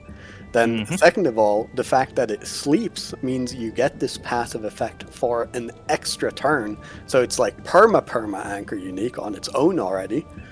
And then additionally, you get sabotage protection as well. And yeah, I mean, I already mentioned it, but I'm going to act like I didn't. And that's on top of it not costing you any mana to play it a second time. So it's incredible to have these types of effects, or any kind of passive effect for that matter, on a Capellia. It is absolutely one of the nuttier uniques you can have in the game. Definitely the case, but in this case we are talking a lot about the power level of what TCG is doing, but notably Sigismar found themselves a double progression, and resources are looking really low for the TCG at that point. Sigismar finding their way back a little bit here. They're still yet to play any uniques as well, so if they have any absurd effects, it might be time for one of those to show up. Yeah, absolutely. And also, the Sigismar managing to force Izzy Lopez into a position where they have to use their uniques for fairly minimal effects, right? License withdrawal on the first one meant it had no passive effect. It still got them a 1-0 advance on the turn. But yeah, after that, not the second one only giving a single anchor onto an aloe vera. It's not that unique caliber we're used to. Meanwhile, now come out Mugus uniques. This one is a 1/1 cost 1/0/0 Ordis Trooper with the text line, when another non-token character joins your expedition, if you control 3 or more characters, create an Ordis Recruit token in target expedition. Wait, I didn't even realize you could have 1/1 cost target expedition token spammers. Yeah, no, they do exist. They're incredibly rare, but all this does prove to me is my original analysis. I think I've linked to a couple people about your ELO versus what it actually means has been pretty spot on, where my above 500 bracket is you have incredibly expensive uniques. 1/1 for a unique with a stat that gets to target the expedition with virtually no restrictions. Yeah, that's pretty much as good as it gets for a token spammer. They're really sweet, but at least for TCG, oftentimes Muna heroes can perform reasonably well on that forest stat line, so there is still a world where they can potentially contest. Notably, the Ordis Trooper that we do see from Sigismar as well doesn't play particularly well on the forest side, so it looks like they are going to be giving up on the forest side, and instead they're going to be playing towards that hero side expedition where they can progress on either water or mountain. Yeah, I mean, the flexibility of this unique when you're ahead in expeditions is so incredible, because you do only need 1 advancement on 1 expedition.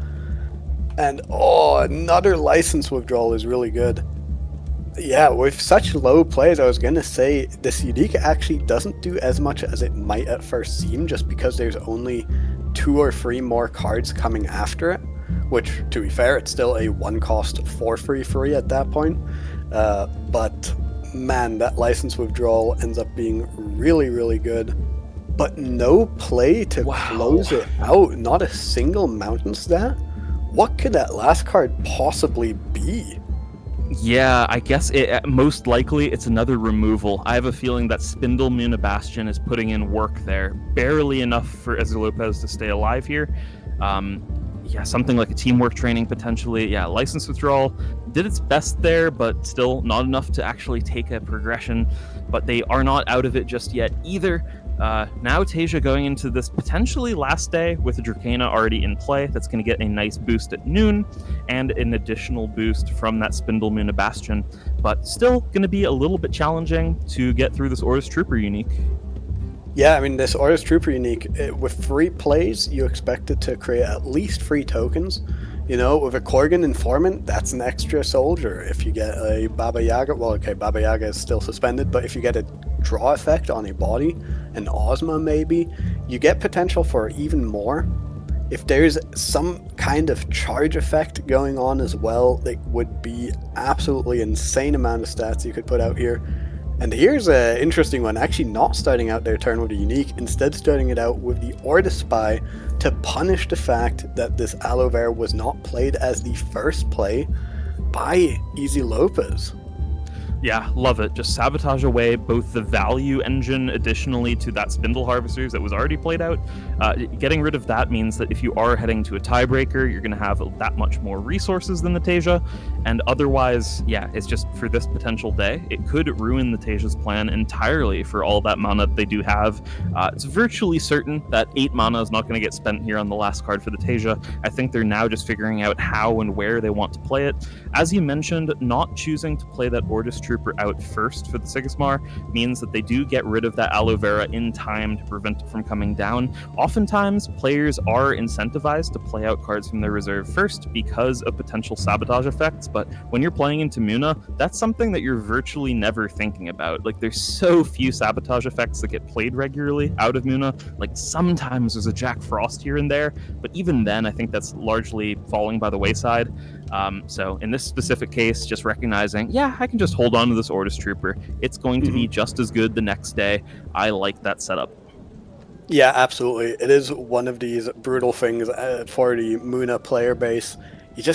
Your interaction with the reserve is just so limited, and I think for TCG in particular, and TCG being the main playable hero at the moment in the Muna faction, if you start your turn out with something like a Jack Frost, that Jack Frost is going to take away your boost as well, and you really want that boost to go on something that's going to be anchored or has some kind of positive synergy with it. You know, the best case, of course, being a Spindle Harvester.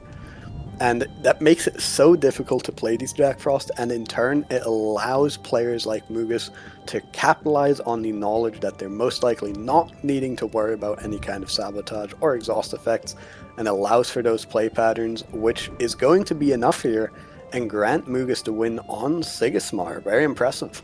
Yeah, an absolutely beautiful day there for Mugus on Sigismar. All 9 mana being spent with just, that convenient 4 left over for Lopez that were intended to get spent on an Aloe Vera. That Aloe Vera would have survived or let them survive for an additional day. But not meant to be. The sabotage in that late game scenario, a little bit too good in that spot. And still, another impressive performance for Mugus. I don't know if Paandyandy is back yet or not. I'm back. Oh, you're back. Welcome back, Paandy. Well, do you have anything to say about that game, or otherwise, do you want to talk about deck size and Altered? Shortly to say about the game. I think your quote with 500 elo plus depends on the uniques you have. It's super funny, as always. It's like facts. We can say it like that. Proof. Stand like that. Now, actually, I just want to say that Mugus actually started farming those runes because he's always been represented in the AQZ Blitz series, as well as the Championship series since the start of set 3. So I'm super happy to see that. Also, as well as Lopez. So both players are not only super good players, but also one of those players that almost always playing every tournament that's going to be online. And we can talk about deck size. It would be super cool because maybe it's something cool also for you as well in the stream, in the chat. So who wants to start with that? Yeah, the question, as it was stated before, was something along the lines of, you said that you heard that there were some potential advocates for decks being larger than 39 cards in Altered, based on the context that you've really high chance of seeing any individual card in your deck that's especially at 3 of, right? In the opening days even. Yeah. well, Freeloader, do you agree with that? The consistency in this game is really high, right? 50% chance to see a free of copy in your deck on day 2 is pretty insane, I think, for card game standards, for TCG standards. Additionally, because your deck size is 39 cards, which I also think is, outside of Hearthstone, the smallest deck size of any card game, and in Hearthstone you only get 2 ofs in the deck, so with 3 ofs it's honestly arguably smaller as well. You have really high consistency. Add to that some of these decks are really good at churning through their decks. There's multiple decks, right? Trace used to be one of them, and probably still is, except it's less played. Fen absolutely is one of them, where pretty much every game you get to either reshuffle your deck or within a couple cards of reshuffling your deck, and that makes every slot so important. Bringing down the consistency of that kind of stuff might be interesting, but I've actually softened up on that a little bit to my opinions earlier in the first couple sets. I think it would be nice maybe to mitigate the relevance of uniques and standardize win rates a little bit, since win rates for top Altered players are 80% win rate, which is higher than any pro win rate in any other TCG as well. So I don't know, maybe that could use a little bit more variance in the game, but I'm not as opinionated as I used to be, as I said. Let's be real, this whole discussion is just an opportunity for me to talk about variance, right? True. I love variance in games, and my argument is everyone loves variance in games, actually. Maybe you think otherwise, but here, Daddy Kilon is going to explain to you why you love variance in games. When you sit down to play a game of Altered, are you playing chess? The answer is no, you're playing a game that's much more fun than chess. Even chess players don't find their game particularly fun, to the point of where they will actually play formats of chess where they randomize where the pieces are, just to incorporate some variance into the game and make it more interesting. One of the best games in general that a lot of card game players like to play is poker, where sometimes you will wake up with the best hand and lose anyway. It's a super high variance game, and there's a massive amount of skill that comes out from variance. with Altered specifically, especially with the new official guidelines having come out for the game for running tournaments for it, they actually use a modified system for Swiss rounds when best of one is concerned anyway, which actually has more Swiss rounds than other comparable card games for that. And they've specifically mentioned the reason to do that is to reduce variance. So already there's a built-in protection for that, I guess. I would also say that's for reasons that you were mentioning.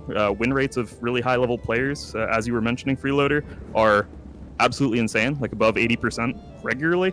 I don't think it needs that additional extra round or two to make sure that everything smooths out there.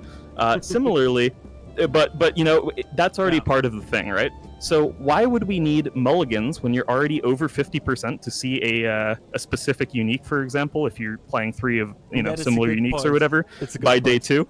Yeah. When you're 40% to have one in your opening hand already, why do you need a best of 3 to further say, hey, your cool Lyra festival deck out of Nevenka that no one expects, that can only maybe get a win by stealing it when the opponent doesn't expect it?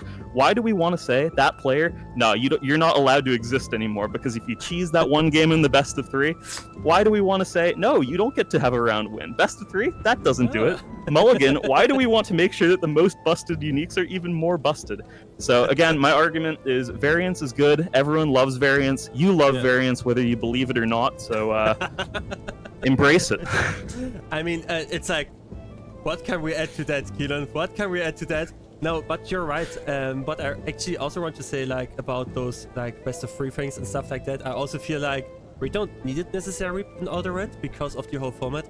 For me, every time to think about like increasing the decks was just like, if the uniques like that right now, and I mean it's like not a big like not a big secret that like set run uniques are like super duper broke, and even if like the upcoming uniques for these sets are going to be more balanced, actually just because they're getting balanced, it doesn't mean that like the set one uniques getting less broken, right? So maybe this would be like, for me was always like, if this system will like continue, or we're seeing like another whole 8 sets where like non-uniques at all were getting banned or suspended or rerouted, then maybe this is like one of the solutions that going to be solving a little bit the problem, right? So that you're not going to face like any deck and then you're being like, okay, it's almost like a GG. And this is like where I'm also agreeing you don't need like a best of 3 most of the time, because I don't want to get smashed like a second time in a row, even if I know what my opponent is like playing. So was a good quote on that. I cannot add something to that. It was like super good.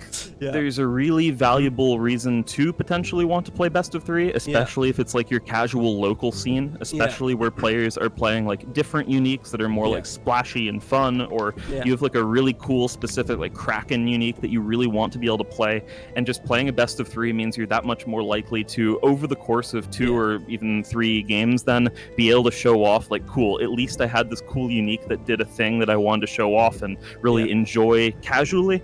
As far as competitive is concerned, though, I think that really just maximizes what the game already maximizes well. It's just adding on to what's already good, and I think that making compromises in order to further enable it, it's just not necessary. We don't need to compromise on anything. The game state's already super good.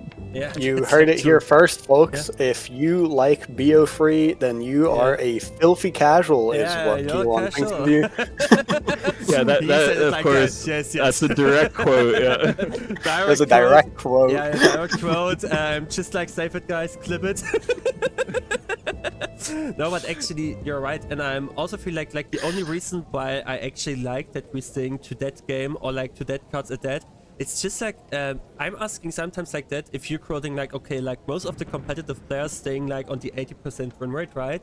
How it would be like compared to like the, especially like the NUC format, is it like similar to that? That like the really good players have like the same percentage of actually just like winning? Okay, no, okay. And we thank you so much for the follow. So because it's in NUC, like in tournaments where we have uniques, we keep seeing the top like 8 undefeated players close to the end of the tournament.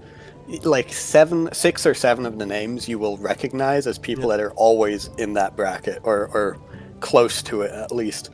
In NUC, we've had so many people go undefeated or close to undefeated that have, 100 to 200 elo ratings even. Yeah. Where there is more variance, and there's also, because you don't need a uniques, there's a lower barrier to entry, which means those win rates are not as easy to achieve. It is just significantly harder. So definitely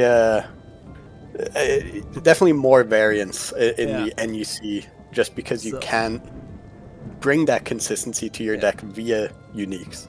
And I just like want also to say, I think like the coolest thing about Altered, or why I actually start to love play over and over and over, and then actually almost start to forget if I'm playing like on Board Games Arena, especially what time is it?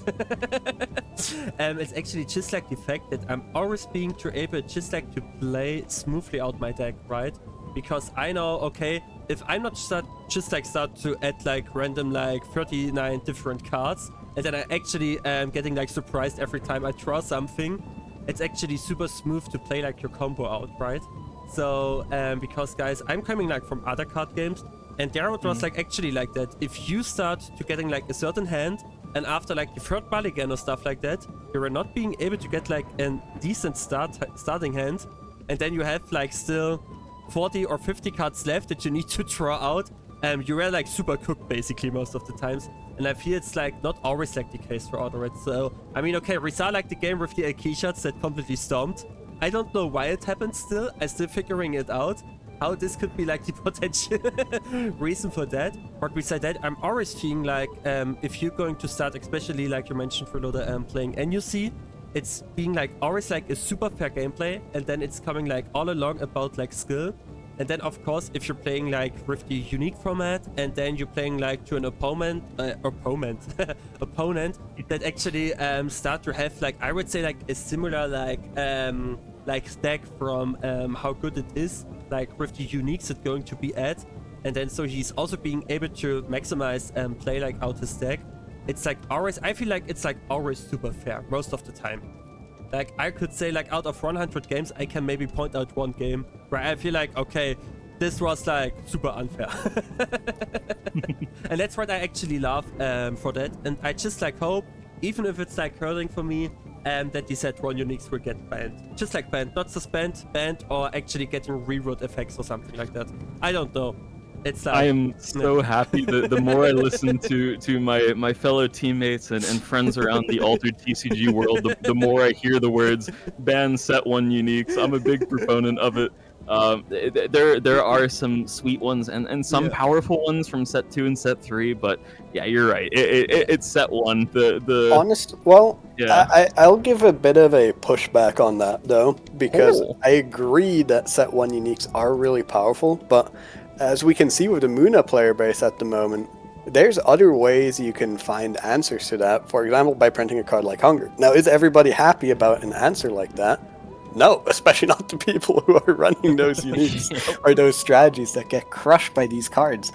But I would also point out the card Ysmir Engraver, which ironically is a Ysmir card, because I'm going to point it out as a card that potentially could have been the Hunger, but for like Spindle Harvesters, where if that card was like 1 mana less from reserve, and you see your opponent play a 1 cost or 2 cost unique that really wants to be anchored and has an at dusk effect, hey, you're getting that, you're engraving it, you're discarding it, it is gone, and they are cooked if they're trying to run that into you.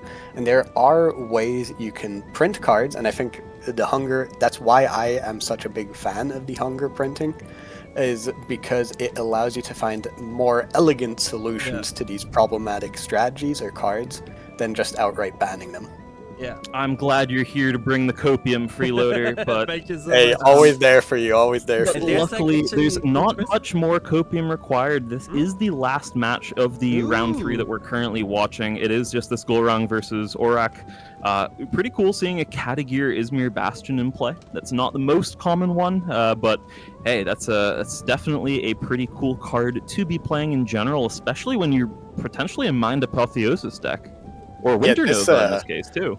These lists we're seeing in the background of our chat are actually really nice. Actually, what also Cole actually asked, I don't know. Oh, maybe we can put it like to the next one. Is actually, here's the question to ask: if uniques are not the thing to splash out in decks with, what would a chase card be in Altered? And I would be super duper excited to answer that, because maybe I can give an answer to that. But I would say when it's like the last game. Where's the duck? Okay, good, here it is. There it is. Thank the Lord. Oh, thank you. I thought I could talk forever. Now, actually, we're going through round 4 of the AQZ Championship Series, Season 2, Week 3, sponsored by Man of Games. So we're being able to put out the Adventure Pass.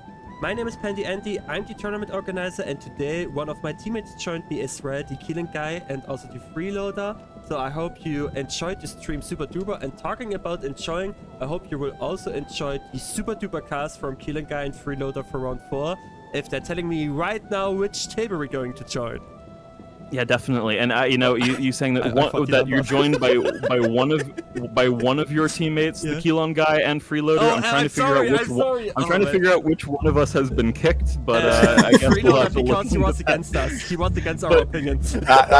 Well, it's been fun being on the cast. I guess I'm out of here. I'm so sorry. I'm kidding. No, I'm actually figuring out if it's like getting hotter outside. I'm not being able to speak. It's like super crazy because but anyway, I'm so sorry. Both of them are teammates still. Freeloader, do you want to choose the table, or shall I choose again? No, you go for it. Maybe you can find some better names for me to mispronounce. I would love to go. No, just table 27. Last round of getting some non-top tables in there, but definitely some recognizable names. Yeah, getting an all of the marbles game in here. I heard recently, and with recently I mean I think today. And if I heard, I mean you told me that all of the marbles is actually, after me and Rune, the closest person to completing the quote-unquote AQZ challenge of getting a tournament result on every single hero. And it looks like they're going for it again today, because they are on Axiom. They're on a traced hero here. Yeah, it's really interesting to see, because All the Marbles has been known for their Fen gameplay, but they have swapped around a ton and have had massive success just widely, especially tournaments in the US. They're dominant in a lot of cases. I think really it's probably them and it's Rinku who are both postured up at the top of the USA metagame. Of course, there's some other names out there as well, but definitely it wouldn't be a surprise to me seeing one of these players take down a pretty major event. But yeah, as you mentioned, All the Marbles does have a lot of wins with different heroes on 39 cards, but no placements with Axiom as of yet. Maybe they're gonna go for it, who knows? Yeah, I mean, would be sick if they can get it. Traced is probably not the easiest one at the moment, right? Historically, in set 1, Traced was a incredibly strong hero, but ever since that Haven nerf, the hero has struggled.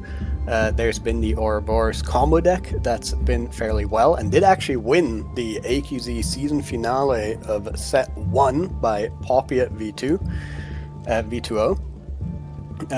But outside of that strategy, it's been limited success. We've seen recently actually a bit of a new combo that is quite popular on Trace, which is the Bug Fix Loop combo. Do you expect to see that out of All of the Marbles here, and can you explain what that combo is? No, you're the Axiom guy. I at this point in my altered career, you're Kelon guy. Yeah, at this point in my altered career, I like to pretend that Axiom doesn't exist. Kelon Elemental, that's a Muna card. But I've heard you like some Axiom combos yourself, Freeloader. Tell me more about Bug Fix. Alright, it's fine. I'll give it. The way the Bug Fix combo works is you need a unique that reads, whenever you get a brass bug into one of your expeditions, you may return a card from your reserve to your hand. Then with the card Bug Fix, you can use one of your trace counters to make a 2/2/2 brass bug token on a spell. And then because you get that token, you can return that spell to your hand and get back your trace counter.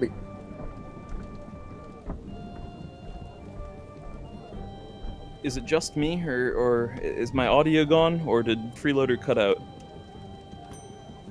I think I'm gone.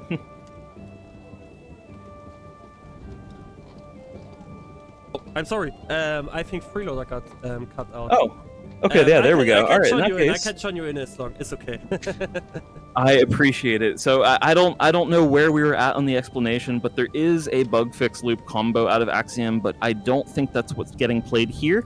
But still incredibly powerful, unique, currently in Trace Reserve. It is a Capella that has an at dusk. You may put a card from your hand in reserve if you do draw a card effect. Some additional card advantage can be pretty good. I also really like seeing the Grems out of Traced. I think that one at Common has found its way into most of these lists at this point, and really though, it looks really reminiscent to exactly that set 1 Traced list that that Freeloader was mentioning previously. Especially, he was totally right, like nail on the head with getting a Traced result was really easy back in the day, especially right after Robin Hood got axed. Once Robin Hood got axed, it was Traced season. Everyone was playing Traced. Realistically, if you could count to 5 at that point, you were probably able to snag a 4 and 2 somewhere and get your name on 39 cards. With the hero, of course, you know, there were some really good players who were virtually 6-0ing every single event, but in general, yeah, Traced was a really strong one. Definitely a lot lower power now with the new Haven BRAVOS Bastion, but still looks pretty viable to me. Yeah, and it's also just like the case because I love to see that Troy somehow managed to come back during this game, or during like in general, because there was like a little bit of like, I would say, like a little bit less of entrance that actually Trace come to play when like the big season of Sigma and AlteredWFM just like started out. I think it's playing like the coolest way around with just like those less cards and not being able to just like mulligan themselves, just like to endless repeatedly getting cards out of there. And as you can see right now, it's also being like a super cool spot for the Trace coming to be here. The fan right now will be able to just like double progress, but right now the Trace got to activate the abilities, so being able to get like an additional card, and it will be, a repeat the Killing element, what I think it's like super good for just like logging both of the expeditions. It is, but I don't know if they're satisfied with that at this point. Fen has been able to get so much card advantage and additional ways to discount plays, meaning that they're working with similar amounts of mana at this point. Fen has priority in that sense, meaning that the Traced will have to act and spend their mana before Fen does, and Fen is already leading on both sides. Notably, Kilon Elemental performs really poorly onto the hero stat line, so at least for their own ability to progress on that hero expedition, it's going to do really poorly on Forest, where they need to progress. On the companion side, it does block the Aloe Vera reasonably well, but they're not progressing either on that side, so it's awkward, very awkward. It's super duper awkward for that. And it's also just like the case that Fen right now, Ross being able again to just like doing a small pass by with the sleight of hand. We can see the right Engineer Pioneer we're going to be played out to just like getting the block as well. But it's just like the fact that like Fen could play anything out from the reserve right now and just like being able to basically progress. It's just like either the Tanuki, if like the Martingale were getting used to being discarded, or it's just like the Anansi, but the Anansi always like a super cool answer for upcoming turns to just like stay on the reserve. So let's see for what actually the Fen will start to decide. Yeah, it's I mean I love the spot here for Fen. The fact that you're in order to do this, you are going to be overdrawing your reserve by 1 at this point, so they are going to have to discard down something at the end of the day. That's really not that much of a problem. What that does mean, though, is, they're going to be losing some marginal amount of value. But really, at this stage of the game, I often think it's going to be this Aloe Vera that gets discarded away, by the way. It's just no longer an optimal play. But, okay, potentially they're just with a lack of characters. So they do discard away the Sleight of Hand instead. Oftentimes at this spot, I'm assuming that they don't want to spend the 4 mana in order to anchor an Aloe Vera down, especially when they aren't threatening to progress on a water stat line. But you never know. If they're still really valuing the setup into a potential like last day, then it could definitely make sense. Little Mouse getting resupplied here is a super sweet new one at rare as well. This one can sabotage, but it would allow the opponent to exhausted resupply if they sabotage something away from the Traced.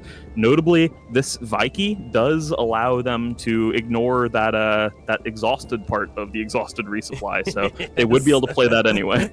It's like totally true. In general, like the Little Mouse, I was like, hey, it's like a super cool card, just like an additional to making sure to just like cut off some of the strong ability from Trace to play something really cool cards out from the reserve. But right now, it's just like, even if you're getting like going to start like a hit, for example, like the BRAVOS Vanguard, what is always being nice to play, or even just like the Coppelia that's going to sit here, it's always just like one of those rare chances of like, hey, it's just like getting super duper something else, exhaust resupply, and then it's still going to be able to play out. I mean, again, the fan was just like being able to do like a small pass by with one of the, I would say, best rare cards that like actually any lure deck could potentially play, the Magical Training. And it's also just like a good fact, because even if like Trace is not having that much, I would say, like abilities or just like cards or spells in general to just like remove characters from the board. I mean, Avalanche or just like the Killing Burst, or maybe like the Boom if it's going to play, would be one of the things. It's just like the fact that with that, Fan right now could be easily able to play out the Alorera and just like to start to build up the deck. Right now we can see that the Anansi directly got into the play for the companion side, and as you can see, the BRAVOS Vanguard will be actually going to play, and this seems actually pretty good, because if the Reich will be able to just like going to be played out again next turn, then the Little Mouse still could start to sabotage something, but still Trace would be able to use something out of it. And we see actually, oh, a Twinkle. That is interesting. Hello? Am I back? Hello there. I'm back. Twinkle. Never here. Twinkle here, combining, it's a removal spell for 1 mana, essentially. Okay, never mind. I was assuming they were going to use the support ability and then play out a character that we knew about from reserve. In this case, just showing off. Still got all Ds. I had a character from hand all along that was cheap enough to play. Beautiful takedown of that game. You're totally right, Paandyandy, by the way. Magical Training, super sweet rare. We were talking a little bit earlier about variance in the game. This is one of the cards that best mitigates variance. If you want to play a game of Altered where, like, on average, you see, like, 30 cards of your 39-card deck, you can do that with Fen and Magical Training. Highly recommend it. Yeah, really strong deck. Impressive game. Yeah. Sad for all of the Marvels they couldn't win. I definitely saw all of that, definitely. Man, these kids messing with my internet, and with these kids, I mean my dad. Yeah, there you go. Unlucky. No, but actually you missed out a super cool game that we saw. I believe But it, yeah. Table 21, go. Hey, it's like not bad at all, because you can always just like rewatch the VOD on my YouTube channel. Paandyandy. Very true. So there's like no problem at all, guys. If you missed something out, just like go on the YouTube channel. The AQZ Blitz Israel will be going to be uploaded there. And then we just like fast going on to table 21, and then I will just like let you go, guys, let you go. Just watching a little bit of Team KRA's Kaifu playing against Thoek 972. Kaifu not on their, at this point, I'm going to say traditional Sierra. They were known for playing some like sweet Sierra combo for a while. But it looks like migrating to some maybe greener pastures with Golrang and Toxin, or maybe just more interesting for the time being. Some sweet uniques that they have currently in their discard, at least. But yeah, looks like both players putting up a hell of a fight so far. It looks like a pretty sweet setup for Traced as well. They're almost certain to get their hero ability online now, and they have been able to use an Armored Jammer to sabotage away some critical stuff. But position's pretty good for Golrang with the Masectet and the Ortis Carrier established and out. Yeah, I mean, this Trace setup, the 3 cards we can see at the moment are all sabotage cards, so looking like a fairly interactive strategy here. But man, it is hard for Trace to interact with these landmarks. You have the Grems that could get rid of this Ortis Carrier, but the Masectet, it's so hard to play a card that can actually get rid of it. I think Boom and Sticky Note Seals are your 2 contenders, and Sticky Note Seal at rare is really expensive to play. Boom is just so hard to make work in Traced, though maybe with this with the Armored Jammer it's workable, but certainly not this turn. And this is looking tricky with Trace being so low on resources as well. Watch my prediction. They're going to destroy the Masectet here with this cool unique Haven Bouncer. And the Golrang's going to play another Masectet. It's my bet. Oh, yeah, of course I comment on how hard it is to remove Masectet before I read the uniques. It is not hard to remove the Masectet, so just play your uniques. Yeah, and notably, the deck does work a lot less well when all of the Masectets are gone. I think we actually saw Netsadi play, I think it was Phobia, do that to a poor Gulrang at some point who had set up a sweet Masectet line, and they just managed to like loop a Kappa unique that with a permanent destruction effect to just again and again break down the Masectets. But realistically, in this spot, if there's another one, I have a feeling Trace's days are numbered. They would have to have, I guess, even more permanent destruction uniques in order to fight back. Yeah, I think these Axiom decks also, unlike many of the other decks that are very good in the competitive metagame at the moment, in Kojo and the Thanos, for example, but also even Sierra as the Axiom representation, they just have far simpler or easier to execute plans for the later stages of the game. Whereas Subhash and Trace at the moment are struggling with that. How do you put stats onto the board with these decks? And if you're not doing that, how do you interact strongly enough to stop your opponent from putting stats on the board? And it doesn't look like there's an answer for that in this current turn. And as a consequence, Gulrang will take the expedition lead while in the late game with tons of cards in hand still. Okay, I'm going to do the coping this time, okay? But Do it. There is no backup Masectet. There was no additional Ortis Carrier, no Masectet. So instead of now 666 of stats getting spread across the expeditions to start off the day, there's just 222, which is infinitely more approachable, I would say. Also, about Grems now. 300% more approachable, yeah. Grems is a good start, too.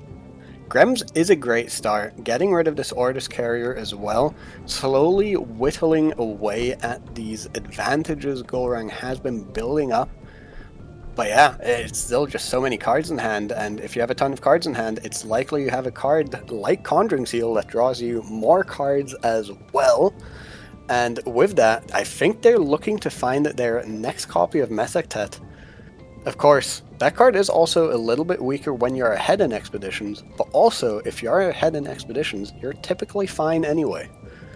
Now, Freeloader, let's talk Conjuring Seal. This is a card that I think if you had said, like, early on in set 1 or something, that players were going to be playing this in both of its factions and loving it, like one of the best cards in their deck, I think we would have thought they were crazy. Did something change, or, like, what's the dynamic with this card that makes it so good? Oh man, this card. I mean, I think what makes this card good, that's actually a really hard question because it is a dynamic that's definitely been taking place, and I don't think it was wrong not to play the out-of-faction Conjuring Seal in any of the Ortis decks in Beyond the Gates. I think maybe what's changed is that these decks have gotten tools to play for a late-game setup, and these tools are strong enough that you can actually close out games even from significant disadvantages. I've seen quite a couple Gulrangs go from having 0 advancements and their opponents' expeditions are face-to-face to each other to winning the game.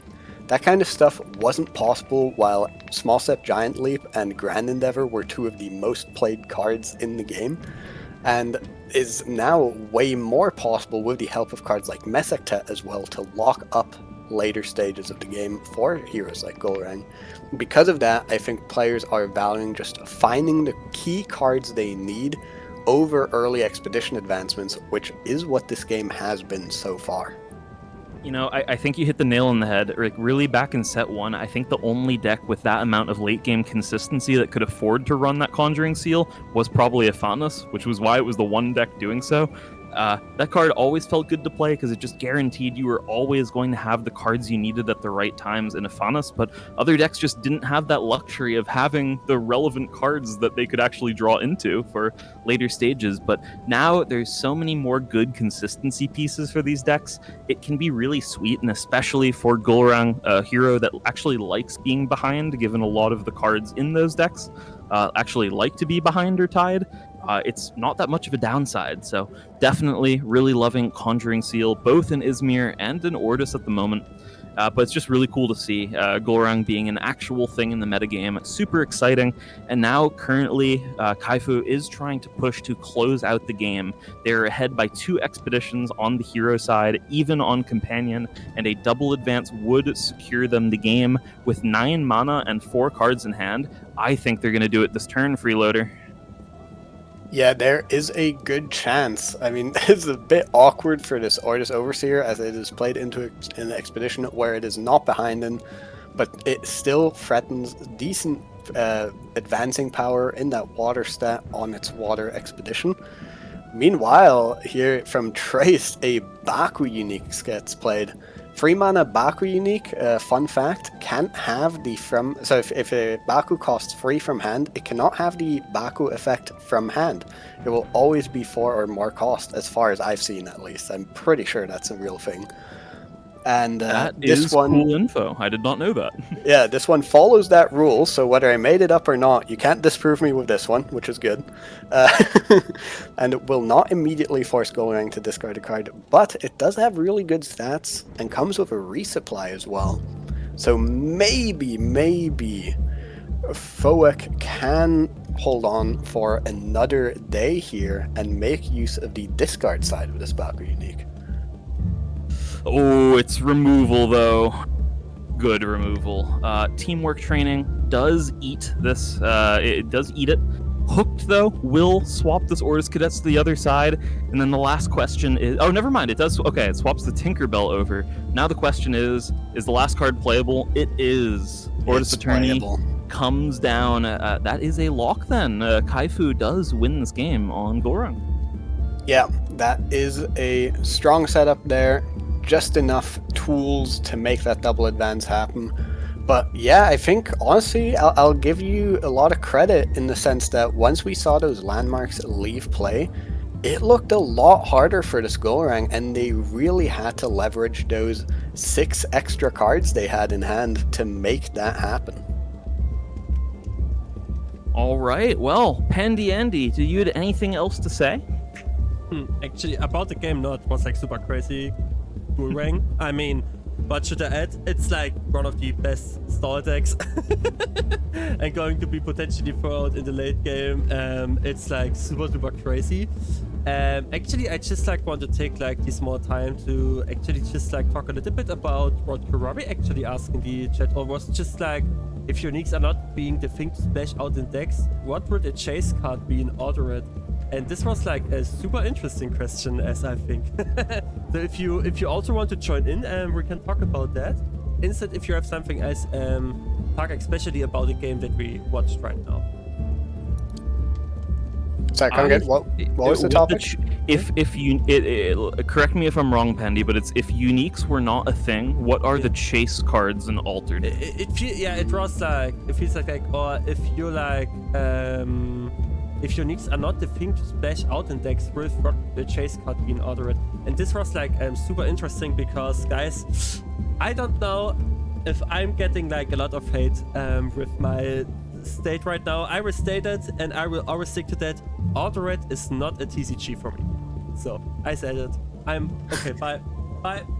I know, guys. I know. No, what I'm actually want to say with that, it's like super hard to talk in general about chase cards because besides uniques, I would say you don't have like the potential chase cards, maybe like the 1 or 2 like rares that going for over €2 on the marketplace to not buy it or just like to sell it, right? But for me, always like Science Season 1, I mean, even if Altered is a TCG and you can, yeah, I mean, I have it here. You can buy stuff like boosters. You can actually, I mean, you cannot draw foilers, but actually my POD arrived today, and so I can show you. I've got the POD as well. For me, always Altered was just like not a trading card game. It was actually just like a BCG, like a board card game, if you know what I mean with a board card game. So it's like that like because of the entry of Altered is like super low, and it's like actually, I'm being honest, if you not to start to chase out those €100, €150 uniques to just like play competitively, and you just like want to enjoy your time on locals, you want to enjoy your time like on just like weekly tournaments, and you just like want to play, then I would say like every deck for every faction you can make up for around 20 to 30 euros. Just like depends on the 1 or 2 rares. And what I'm saying, it's like more for me like a board card game than a TCG. I think like many things that actually just like that make like a TCG actually TCG is like not actually somehow the meta for Altered like nowadays, because besides like 1 out of those 2 billion uniques that you want to have like out of the booster, there's like actually not like a certainty point to basically buy boosters in general, right? I feel like, because you can easily get up the cards on Marketplace, even like cheaper if you just like want to not to have like a full playset. And also it feels like more of a board game, just like not play-wise, but also how you actually just like getting access to everything. And I feel like every set, I mean, it depends actually on how like the cross set will gonna change everything, right? It feels more like it's like an add-on for like a base game that always being there. So for me, it's like I'm playing like a lot of Settlers or like other board games, and every time there is like an expansion or just like an add-on, it feels like always like the same if for us like a new set comes for Altered. So that's why I'm always like hard or struggling to feel like Altered to see as a TCG as whole, because for me it's more like a board card arena, a board card game that's just like always getting like an add-on and being just like super refreshed to play in general, because you don't have like the things that you usually have like in the TCG. I mean, I can show you like my entire Pokemon collection and it's like worth thousands of euros basically. So I could never say that about Altered, because basically I don't need to have like those expensive cards to play the game or to just like collect, if you know what I mean. Just like, so yeah. Yeah, the base part of the game is very accessible. It's extremely accessible. Yes.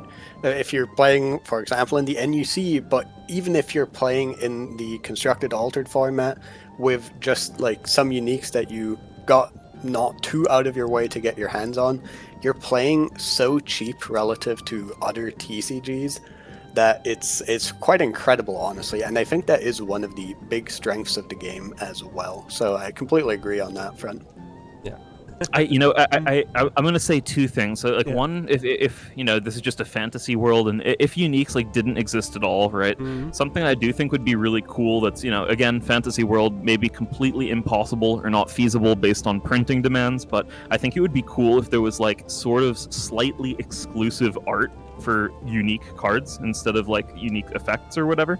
Like being able to have your, you know, your Ouroboros Trickster have just different colored hair than everyone else in the world or whatever. You know, that could be pretty cool, who knows, something like that. But otherwise, if it was just uniques being less strong in general, I think there's still a good reason for competitive players to want to get packs. You know, so I would say that there is a happy medium with balance there. Like there is something, say for example, Rin and Orchid, right? The hero that we don't see too much of. Yes. I think the main reason why this hero is held back is that for the most part, there just aren't enough uniques that synergize so well with that hero that you wouldn't be better served just playing other similarly costed uniques out of a different faction or a different hero. Like Tasia just typically just outperforms Rin in virtually every way. Maybe Festival's an exception, maybe not, but even then.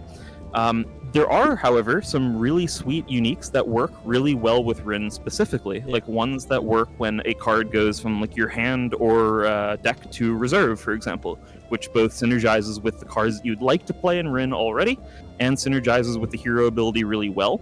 And when you do get to use those, they're actually reasonably powerful. It's just that the power that you get out of it is just so much less than what you would get by doing something out of Tasia, typically, for example, that why would you do that at the end of the day? Why spend a bunch of money on those uniques when you could instead get something that just goes off with a mass anchoring setup for Tasia, that dynamic. But I do think if there was just a few less busted things out of, you know, some very specific effects, just in general, I do think that maybe there's a happy world where like competitive players are still going to like really hunt for things that enable a certain strategy or make something viable that wasn't previously, or just play uniques that function more at like a rare power level or just are a little bit different, but just aren't those busted effects that we typically assume that a competitive player is going to be running from them. Yeah, I think that would be the optimum. It's just really hard to get there, because even if the uniques are like less powerful in general, you still would have that phenomenon of, oh, but my unique grants me this one extra stat point, and because that, it is technically still better than other things, and even though the difference isn't that huge, you would still get a little bit of that no matter what. That kind of like competition for getting the best unique or for the best deck.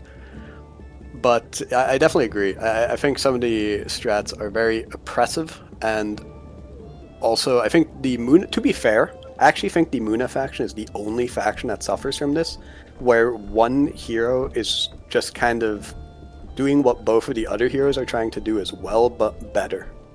I think in every other faction, they very successfully made that not be the case.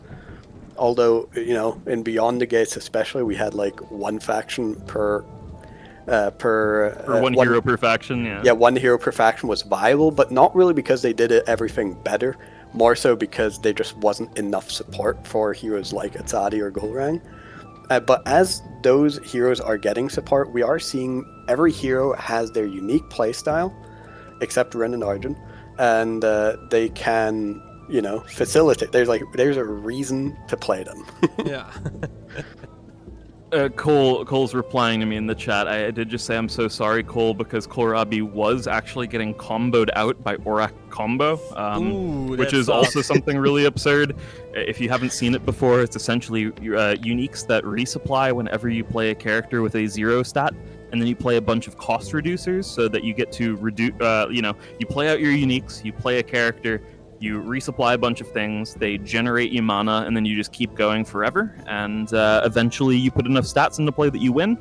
Notably, if there was a chess clock where after the 15 minutes that, you would just win your game if your opponent took too long, Cole would have won this game, but unfortunately for him, that's not how BGA works, so so the Aurak combo did beat our friend Kohlrabi here, but happens.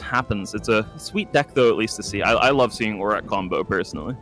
Well, the chess clock was working for the game we were seeing on stream, where War actually got themselves into a pretty favorable position for potentially the final turn of the game, but not enough time on the clock. They did just barely lose the game to time. But we will have enough time to see the final round for our championship series. Absolutely. Games to an end, and with that we have actually 7 players who are being to be undefeated for right now. So at the end, because one of them will face just like an opponent that's going to be one lose, we can have the potential of actually getting 4 undefeated players that's going to be qualified. So tell me, which table do you want to join in? Freeloader, this one's on you. Just pick an undefeated table, let's go. Okay, well, we've seen both players from table 1 already, so maybe table 3? Yeah, let's go to table 3 then. Woohoo! Yeah, you say it. Come on, Freeloader, choose a table. What do you think of table 3, by the way? Yeah, exactly. I did say choose a table, and then I realized that some of these usernames are just less familiar, and that's always so exciting to see people who are like newer to a tournament series doing really well in it. So I was like, whoa, that's cool. I don't recognize this username, but we will have Daruma Quixote playing against VDF's Brigade Mondaine. So yeah, we'll see what they're playing shortly as we get into the game.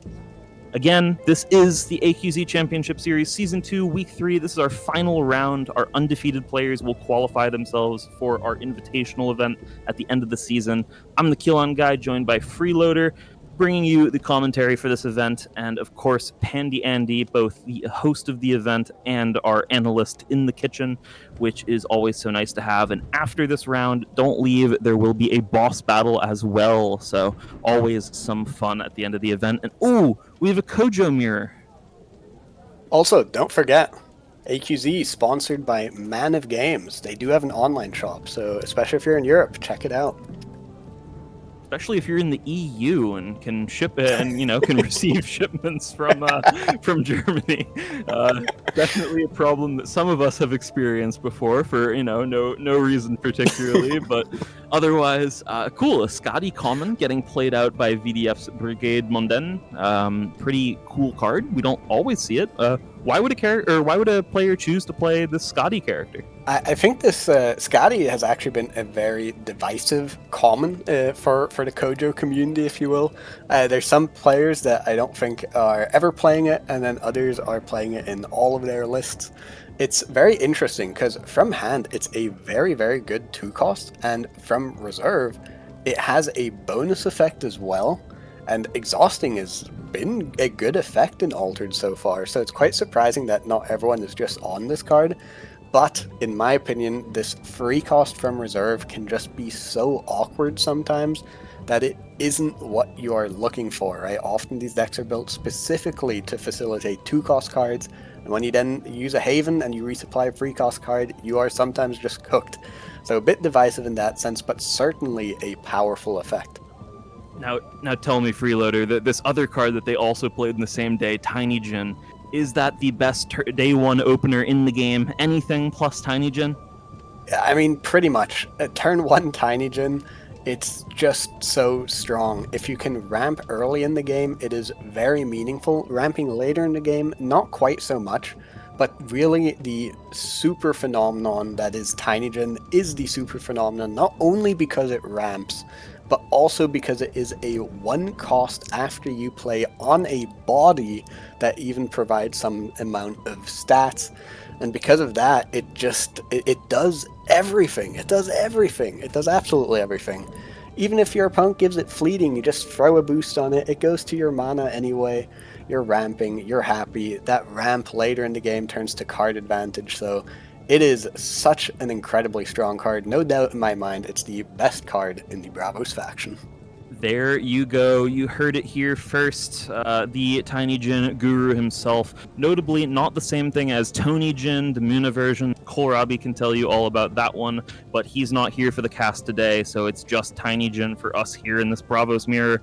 Notably, our bottom Kojo, Daruma Kyote, will have the chance, if they do have a sabotage effect, to potentially get rid of it now, which I would sort of like at this point, even if it ends up costing them a bit. It would be so important to deny potential ramp. It's one of the ways that Kojo most likes to leverage their ideal game plan.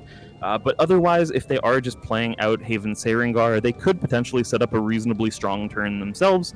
Notably, if the Tiny Jin does get played out, it was relatively poor Expedition run out for that Tiny Jin plan, so definitely a chance that it might not be enough to advance on its own.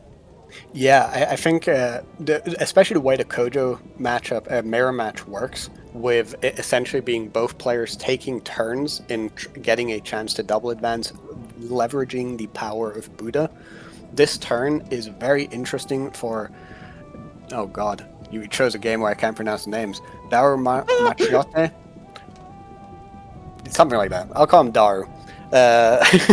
This turn is very interesting for Daru because they get to make the choice of, do I try and play a bit disruptive, or do I go for a double advance, or maybe even both.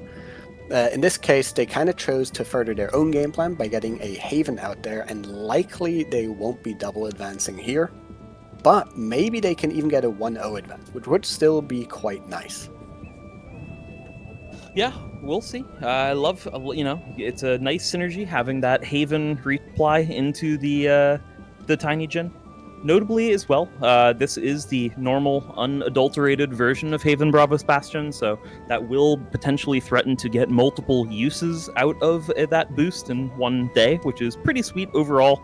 Axiom faction no longer having that ability, but nonetheless, our top Kojo here does find a progression thanks to a timely scouted Tolarian Skater. Really cool card from the new set as well, just giving an additional boost to the Scotty here. Does at least allow a progression for the top Kojo, so they're maintaining their lead on the Tumult at this given moment. They're a little bit lower in potential card advantage, but I'm liking their spot so far, especially given that they are now first player to act as well, and have found their way onto a good expedition for Tiny Jin, and they get to play it out before any sabotage could come down onto it as well. Yeah, absolutely. I mean, not giving back that double advance after they get it themselves is very critical, as now they get kind of a free turn where they can do whatever they want. If they get a double advance here, it's very likely they're in a great winning position. But on the other hand, we do see the Haven out, and early sabotage here is good, but also opens up the option for themselves to actually get sabotaged. I did just want to quickly take some time to chat about this Tolarian Skater. It's a great new card, and we see its utility factor coming in here. That 1-cost scout adding a single boost is just very relevant in certain scenarios. And what's really nice about it is if you draw it later in the game, you aren't losing out on the power. Sometimes you're cooked if you draw 2 1-cost cards and you just don't have a way to deploy all of your mana out there. Tolarian Skater gets around that issue very effectively here. Oh, cool. Wow, we have a coming Bella out, though. Senka unique. This is a sweet one, and notably, it plays perfectly onto the expedition that is the hardest for, or then it would be the hardest for the top Kojo to progress on. The mountain stat line being huge on that Bella Senka, but what's even huger is the ability to just remove it, and it's true removal. Straight to discard, no unique for you. That's so good. Yeah, that is really, really good. It's a great answer to a unique, just because you don't need to deal with it again. It's still a bit awkward with overflowing the reserve, but causes a awkward play from Daru again, which is this Order Spy just to stop an advancement, which I do think is correct. You do need to decelerate this game if you are the bottom Kojo, but it is awkward to be sabotaging a card from your opponent when they have no mana left and they would be overflowing their reserve anyway. Let's see if they can make a bit of a comeback happen though, because Brigade, oh god, their name is also long. Brigade Mondaine is also, I mean, they're in a good position. They managed to get around this slight card disadvantage that they had really well, but they are also down on mana now. You know, just looking at all these usernames, I'm realizing I'm excited to see, like, especially if any of these familiar usernames to us will be appearing on some of those top placement player lists in these upcoming World Championship qualifiers, especially this upcoming weekend. You know, you never know. One of these players here is from Belgium. Definitely possible that they might make the trip over to the Netherlands to try to find their qualification. But yeah, who knows? Might be a little far for them. Maybe not, though. Kojo, definitely think is a pretty good deck to be playing at the moment, though, if you're looking to maximize your chances for an event. It's just so strong. Base level, the cards are great, even at common, which I love. And yeah, some excellent rares in here as well. Both players leveraging a ton of them in play at the moment. Tiny Jin, Mighty Jin, it's all the Jins for our top Kojo. Our bottom player favoring the Haven Bravos Bastion and the Order Spy that's currently in play. Looking to find yet another trade, but that's going so handily in the favor of Brigade Mondaine. Top Kojo doing so well in this one, and that Mighty Jin as well just ensures rather that there will be enough cards to keep playing it out. Yeah, absolutely. I mean, Kojo is just so strong at the moment. They were good before as well, but they really struggled into a lot of the top matchups, right? Having both a bad Taeja and a bad Ephanos matchup. But now some of those things have flipped around with so many new discard options. Taeja isn't nearly as much of an issue. And even Ephanos, for the same reason, access to better removal is far more overcomable. Man, what a great equalization here on the expedition front from Daru now. But now they are the ones struggling with the card advantage. It's a real back and forth here. But you can just see how important this Buddha token is in the matchup. It's so impactful. You're totally right. And notably, yeah, I was totally wrong. Misspoke the last turn. The Haven Bravos Bastions were enough to allow that bottom Kojo to even things up on the tumult. But yeah, this is now a card advantage battle. It's so interesting to see when players choose to mana in these spots when the game becomes about resources. I think the easiest way to close out a game, clearly, is when you have way more mana than your opponent and you can use all of it. But sometimes, if you are putting the cards into mana, you're just not going to be able to use it all. I think one of the best things, correct me if I'm wrong, Freeloader, you've played more Kojo than I have, but one of the best things you could see here, if you're the top Kojo at this point, would be their own copy of Haven. Yeah, Haven would be great here. The only thing that would be a little bit awkward about it is if you run into a sabotage effect and you lose your Mighty Jin, because every card that ramps when it leaves, which includes all of the Jins, they're so impactful because you're ramping, you will at a later stage in the game have enough mana at some point, and then you will get to draw 2 cards for a turn and not need to worry about not being able to play out all your cards because you already have enough mana. And cards like that getting sabotaged can be really, really impactful in the long run of these games, especially in the Kojo mirror match, where even a slight mana advantage can really go a long way, as you can just always follow up on the play of your opponents and pass it back to them since you're playing so many of the same cards anyway. Yeah, and I think sometimes one of these critical dynamics as well can be the way that the expeditions flip, really, and where you are in comparison to where your opponent is. Notably, this Haven Sarengar would be so much better for that bottom Kojo if those companion side expeditions were just exactly reversed, even. Would much easier threaten to block, at least, in addition to progressing, which can be a massive deal at these points, especially when both players are, exactly as you say, working with so many of the same things. Yeah, that's absolutely true. Interesting unique coming out from the top Kojo, from Brigade. It is a card draw effect. It allows them to get rid of the Haven Bouncer in reserve, which was a bit awkward at a free cost play in reserve anyway. To draw a card can be really good, especially if they have a meaningful 2-cost play. Answered though by Daru's own unique in the form of a Skadi. Does not get its mountain effect, but doesn't need to since it is a sabotage effect, and wants to be played from reserve anyway for a potential double exhaust, but requiring the hand to be empty seems unlikely to me at the start of next turn, so a little bit awkward on that front. And Haven Sarengar will force at least another play if Daru doesn't want to lose on expeditions. Intimidation, what does it go on? And it does, I mean, it's definitely going to go on something companion side here. So important to stay even in some capacity. And yeah, it will take out that Haven Sarengar, so we are looking at yet another trade. Now, notably, our bottom Kojo will have access to multiple characters in reserve, meaning that potentially these Haven BRAVOS Bastions are going to be a really, really big deal. Yeah, that is true. That is now a ton of stats. And this was a classic issue Kojo used to have, which is if you had Havens out, but you didn't have a card in reserve, outside of uniques, there was no way to get more cards in your reserve. And I guess outside of Haven specifically, but if you have those in play already, it's unlikely you have them in your hand. Now there are a couple more cards that allow you to cheese them into your reserve via the scout mechanic, most notably. So that is quite nice, but yeah, it's obviously just better to start your turn with 2 cards in reserve that you can play out. Being so low on cards though, I've been saying it all game long, but sabotage is a real worry, and I'm not exaggerating when I say this. I think these BRAVOS decks, Kojos particularly, and Basira as well, they really, really suffer from timely sabotages. What do you think, Freeloader? Do you think there's any chance that that Brigade Mondaine here, our top Kojo, might have a hunger that they could play and just wipe out everything?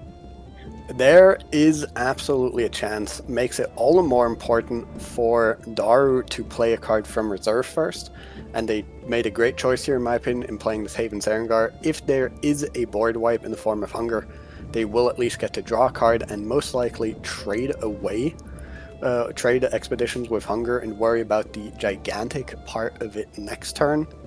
But it doesn't look like it's the case here. Instead, there's that sabotage effect that feels even more powerful to me.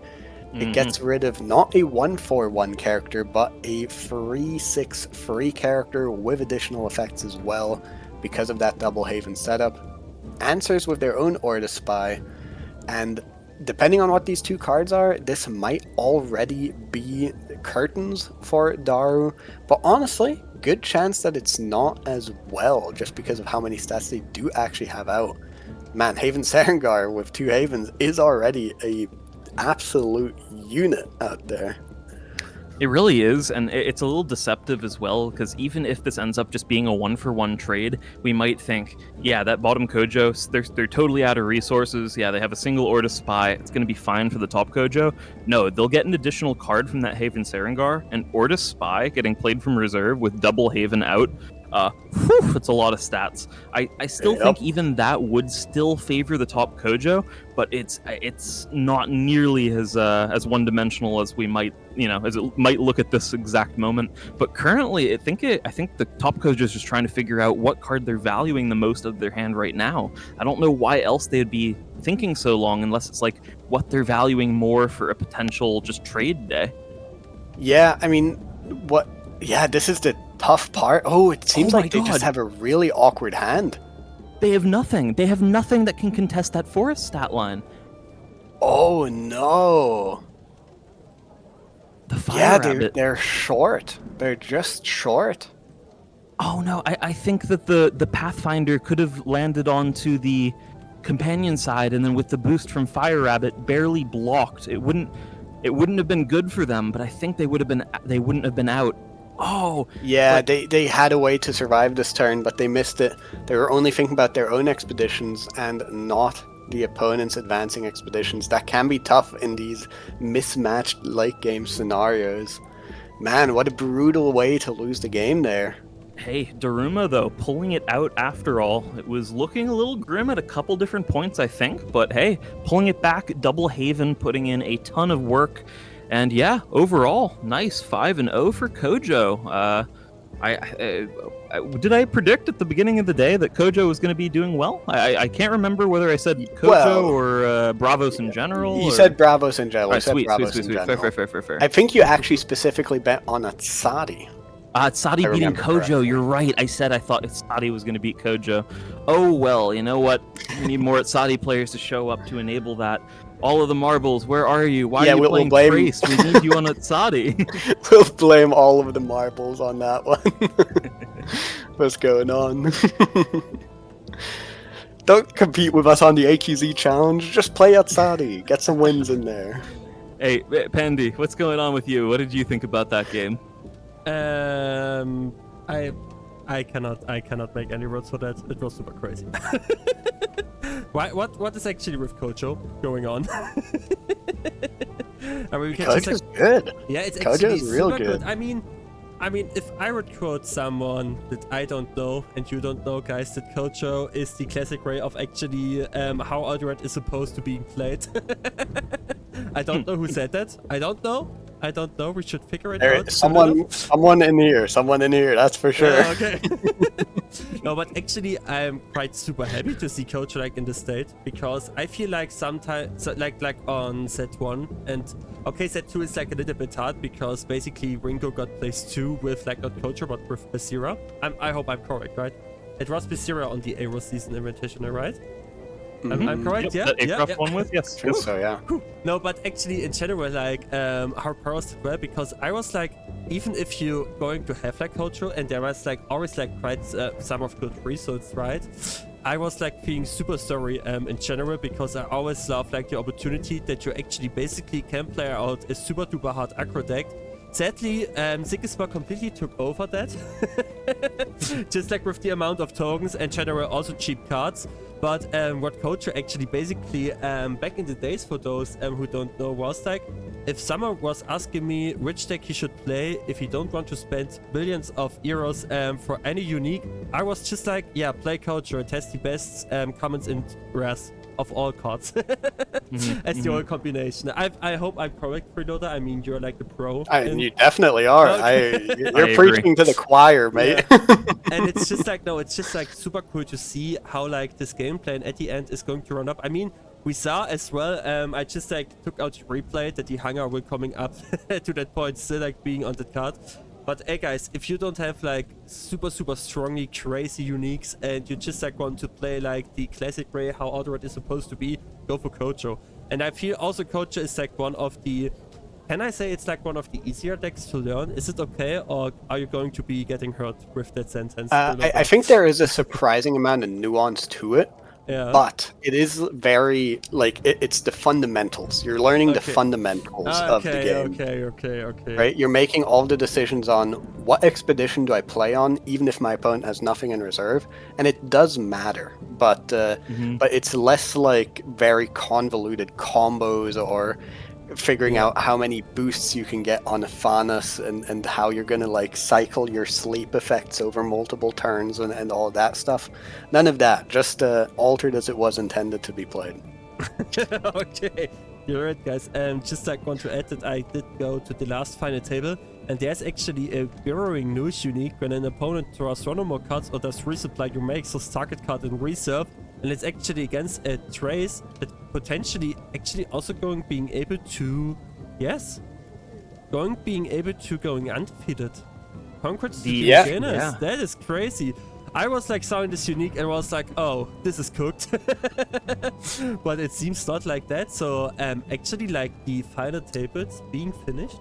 at this point. Yeah, so loving seeing Demogenes traced with that sap build around, both the refinery with the sap counters that can distribute counters to characters in reserve, sap sniffer as well. I think that's one that that also freeloader rated really low on his tier list evaluation there.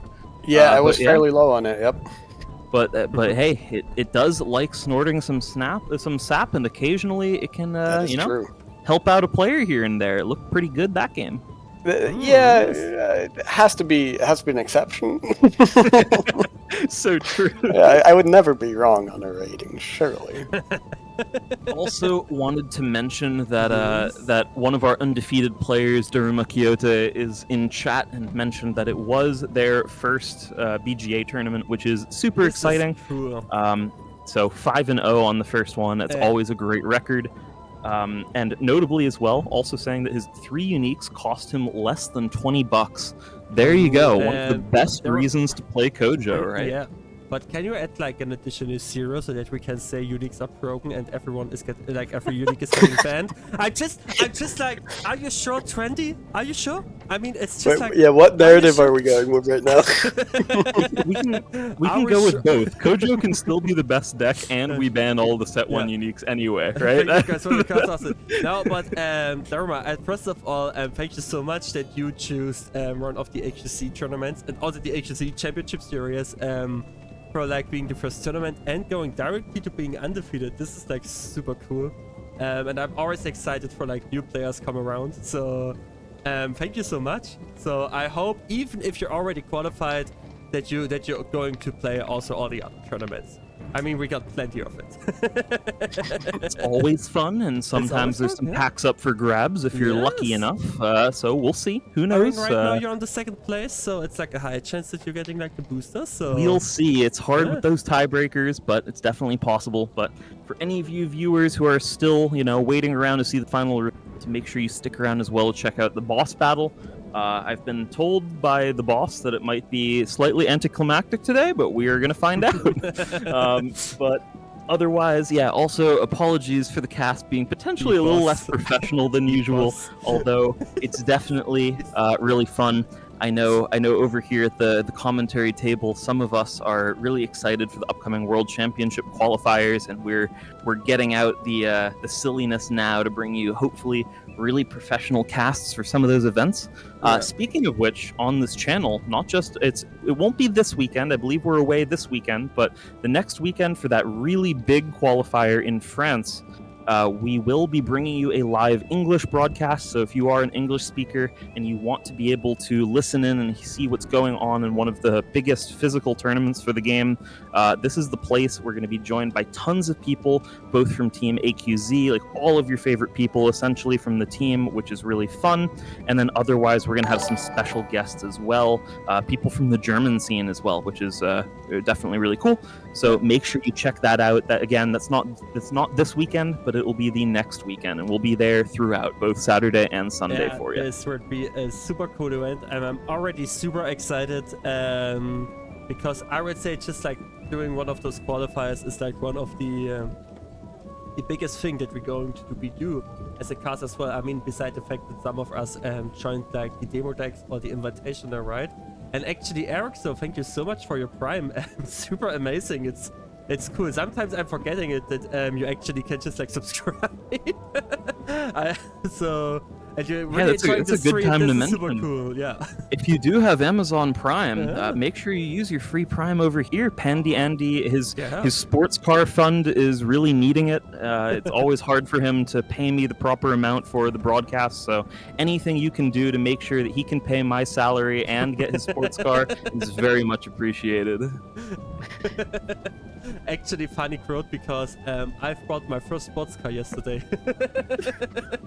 What? Yes. Wait, what? Yes. Yes.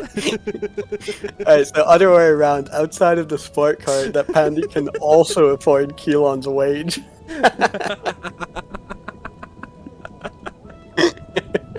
Kindergarten, yeah, Eric, so you're right. I mean, it's like not that bad for us here in Germany with the payment, but I'm always glad because everything that's coming like to this channel, it's like at the end it's going to be like price supports for the tournament as first, and then maybe, yeah, some upgrades. But it's like every money, if I'm being able to at some point actually going to be paid out, will be like additional prizes, so always cool. I know I am from Germany as well. Oh, it's like super cool. Nice that it's like going to be like that. Why are you surprised that I bought like a sport card? This is the question. Sorry, it's been taking me a moment to pick my jaw up off the floor. So while I keep working on that, please, keep talking. Okay, There's a lot of jaw left to pick up. Wow, it's just like I just like bought the sport card. I mean, it's like underappreciated job, to be honest. Yeah, I mean, so I could talk like about for hours, because also. It's just like the fact that like on the beginning of the year, or just like at the beginning of the spring, or late spring, actually Reaches like got like so many less money for like all the social work here in Dresden or Saxony. So like many environments needs to get closed, or basically we're doing like more hours for the job for less money. But yeah, it is what it is. I mean, I could also do like another job, but it's like too much fun for me, so. But yeah, teachers also don't get paid, right? That's true.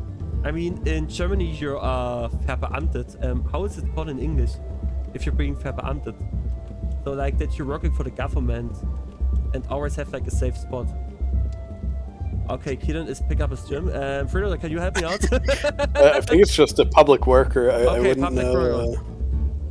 Laura, Would know Saxony, anything that's cool. I'm from Saxony, and she just tried to go to Rival to get an M3. Yeah, that's crazy. No, yeah, if you're like working for the government, at the end you always have like a safe job, and you have like almost like the most safest rent. Public officials, yeah, like in Germany, so you're getting like quite a good amount of money, like also after not working. And also as a kindergartner, at least you're also getting paid like public officials workers. So it's somehow, it's like okay, but it could be better. It could be just like more that actually can be able to make the job. Talking about make the job, I don't have the feeling that actually the AQZ is doing it at a certain point. I think it's also like the last game to watch.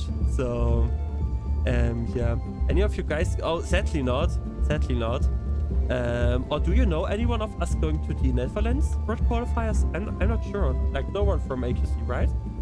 I don't think anyone is going to the Netherlands one, but I'm not 100% sure. For us, it would be like that we're casting next week the stream for Liiike all together, so I can say that Freeloader and Kelonguy is safely joined in, as well as Runefolk, if I'm correct, right? Then MC Bird from Germany, and also Chile, as it seems. So everyone who wants to just like join in, and I'm super excited for that.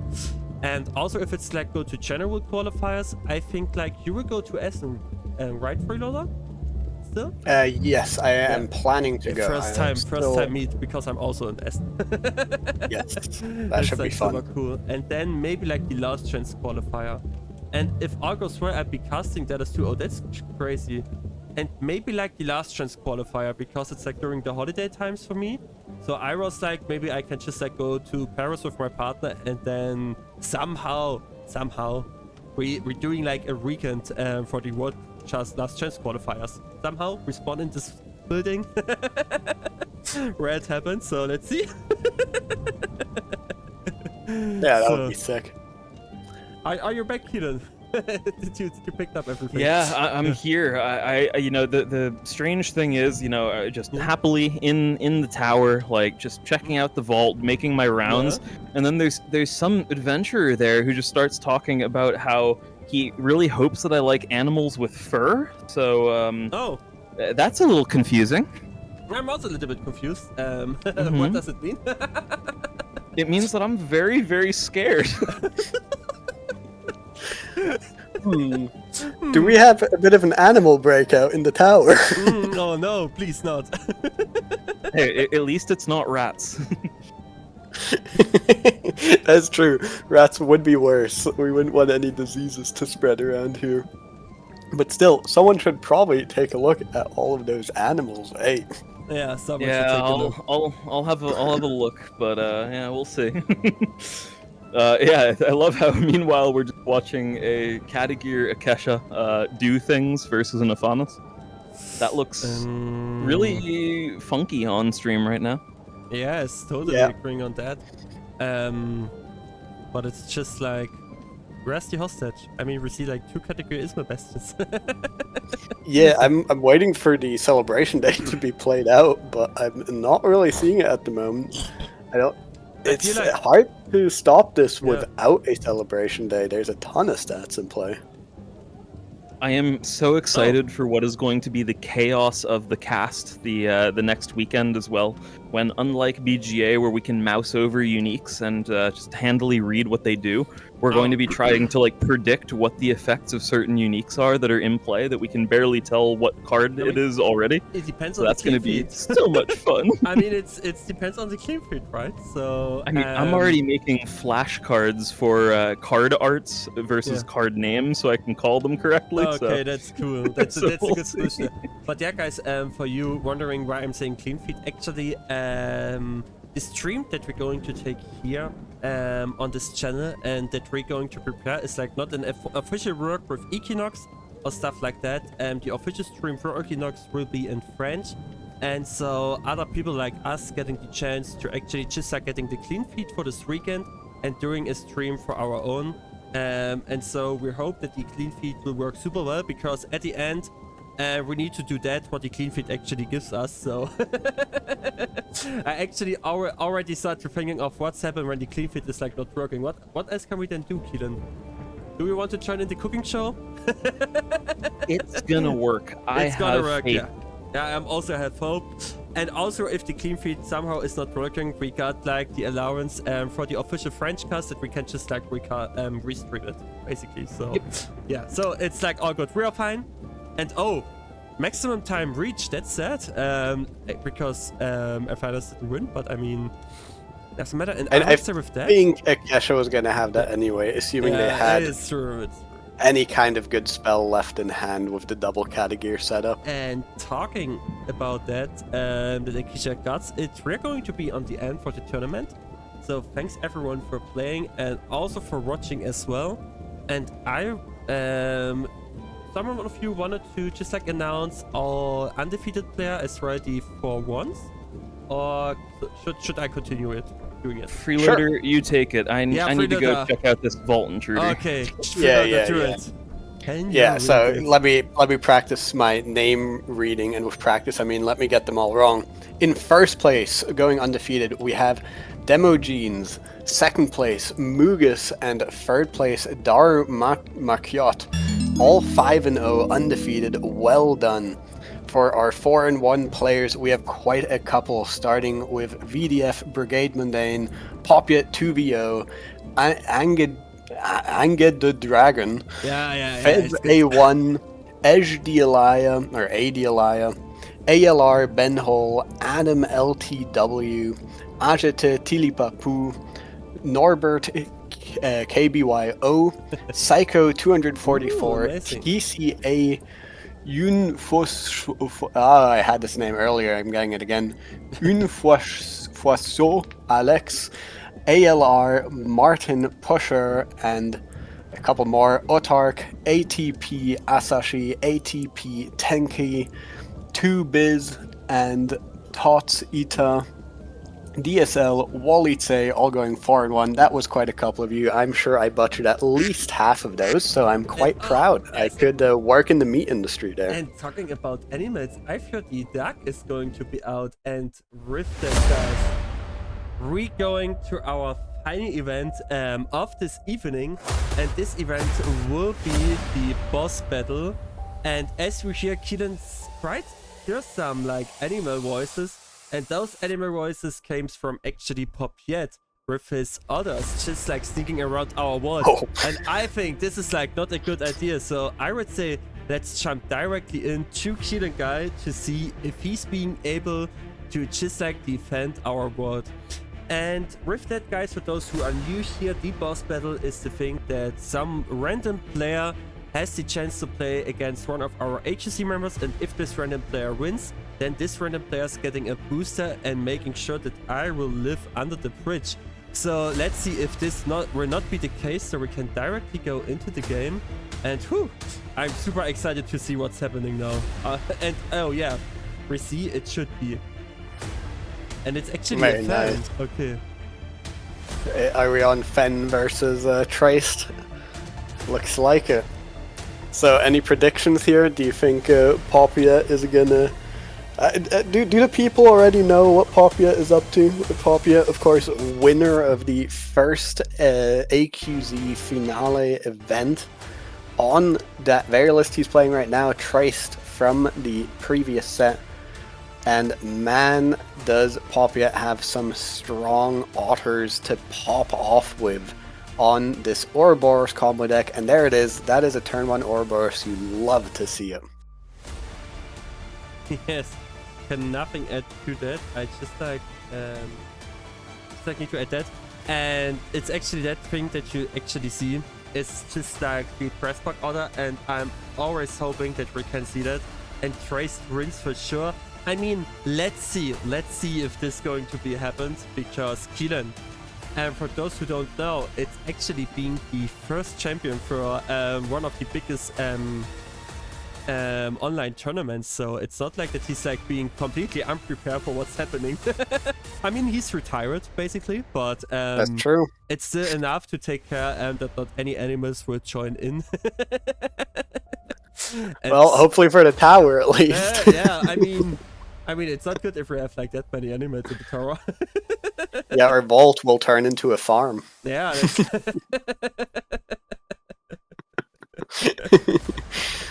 Oh, no. Oh my goodness.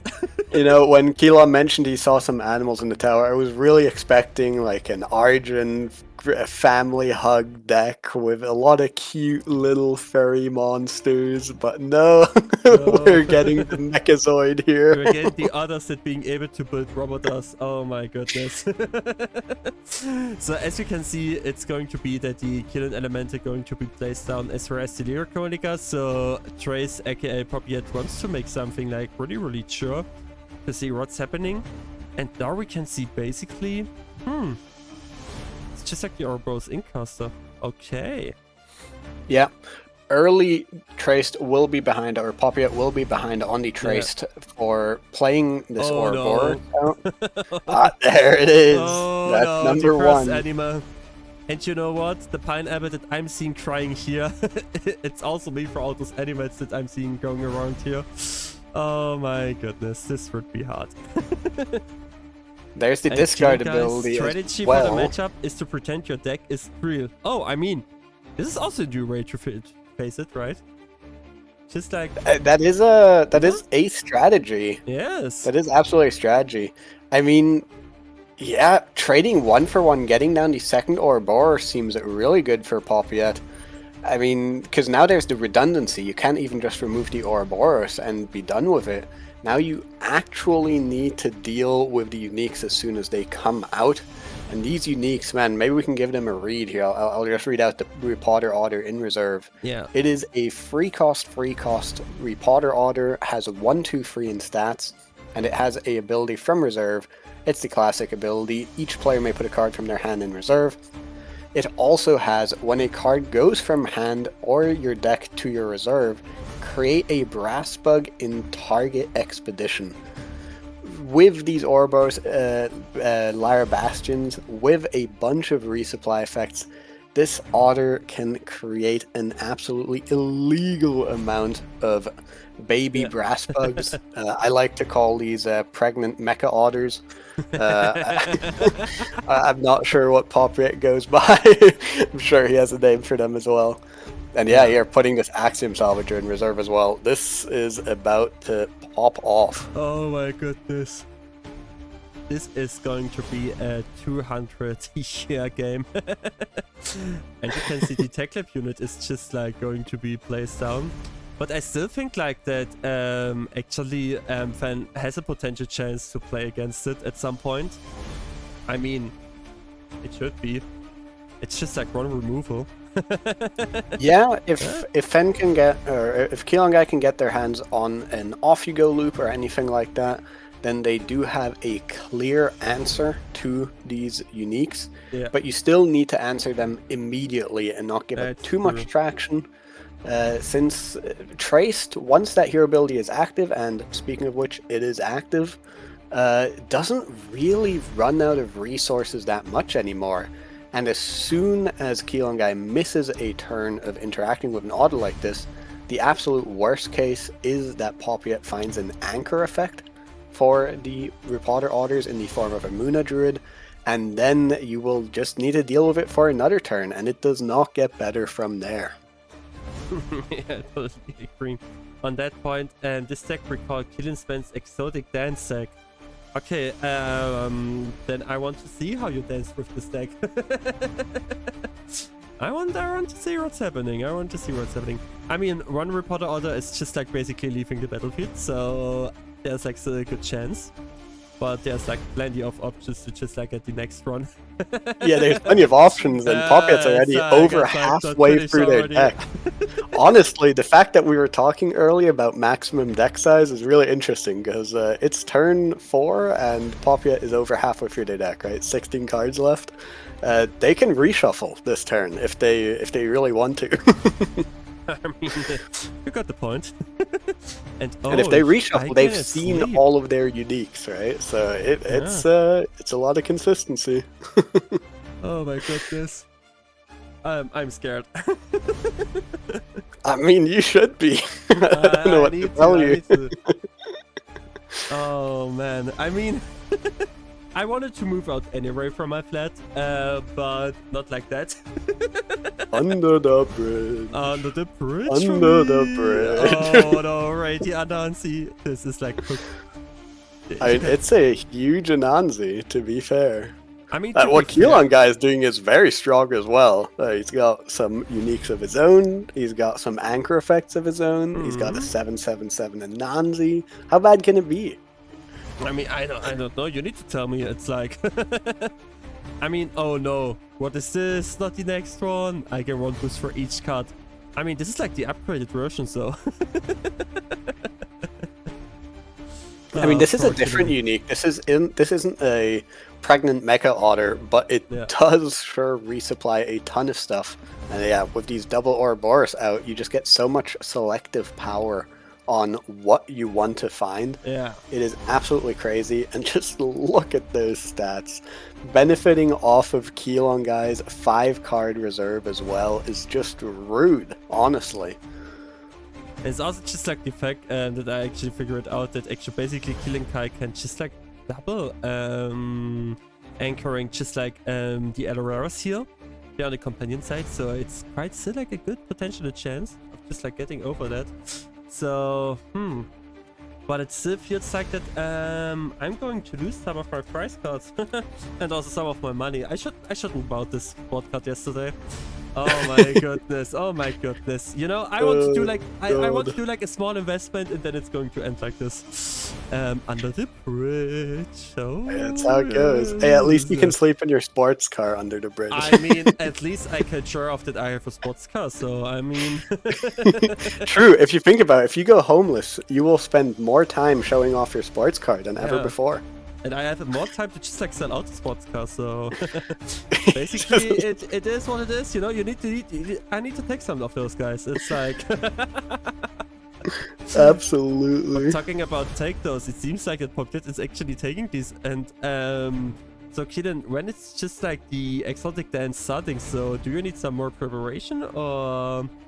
It's just like a question. It's just like a question, okay? The preparation is there. I mean, Kelonguy has a phenomenal setup here. Yeah. Just Anansi in reserve, double anchored aloe veras. They're going to resupply 3 cards at noon here with that Tech Lab unit out already. They are down in Expedition, but if they can make Paandyandy stumble here, they're going to have a great setup for the rest of this game.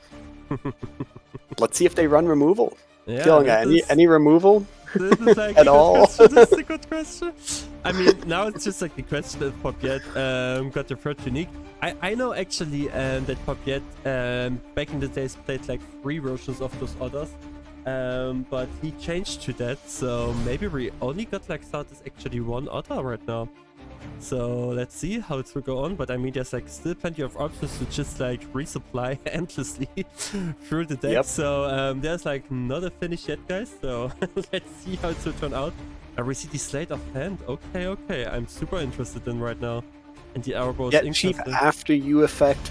This in a way costs 0 by putting this Ouroboros Incaster in reserve, as it can discount a future play.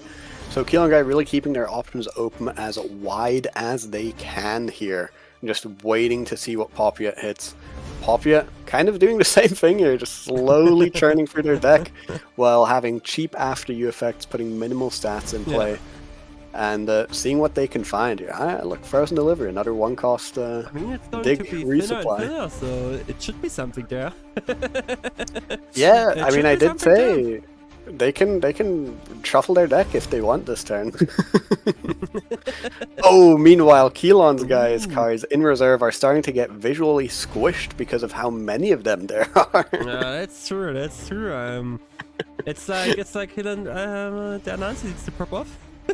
This is kind of a beautiful game. Oh, there's the otter. It was on the bottom 3 cards of the deck, but it does finally show up. A little bit awkward here because you can't really capitalize on it with 0 mana left unless the card in your hand is something like an Inari. Yeah, this is just like true, no? I mean, it's still like figuring out what would be the last card. So we see the Anand Eureka to the hero side. I mean, now in theory, I could tell you. I think there's a Muna Druid in hand, is what I'm going to call. You think it's either in hand or in deck. I'm pretty sure. Alright. And if there is a Muna Druid, then Paandyandy could afford to play this otter. Yeah. But is that still... would he have enough stats to advance? I don't know, right? Because it's not. 3/3/3. With hero ability, it's another 2/2/2, so it's 5/5/5. It would be enough to stop Kelonguy from advancing, but it might not be enough to... got just like one discard zone can basically return a card per favor, so you can potentially play around that. And you can put the character to a sleep. Yeah, with the Kodama, so... Yeah, that's tricky. Yeah, it's still like pretty good for our Kelonguy min-maxing the after you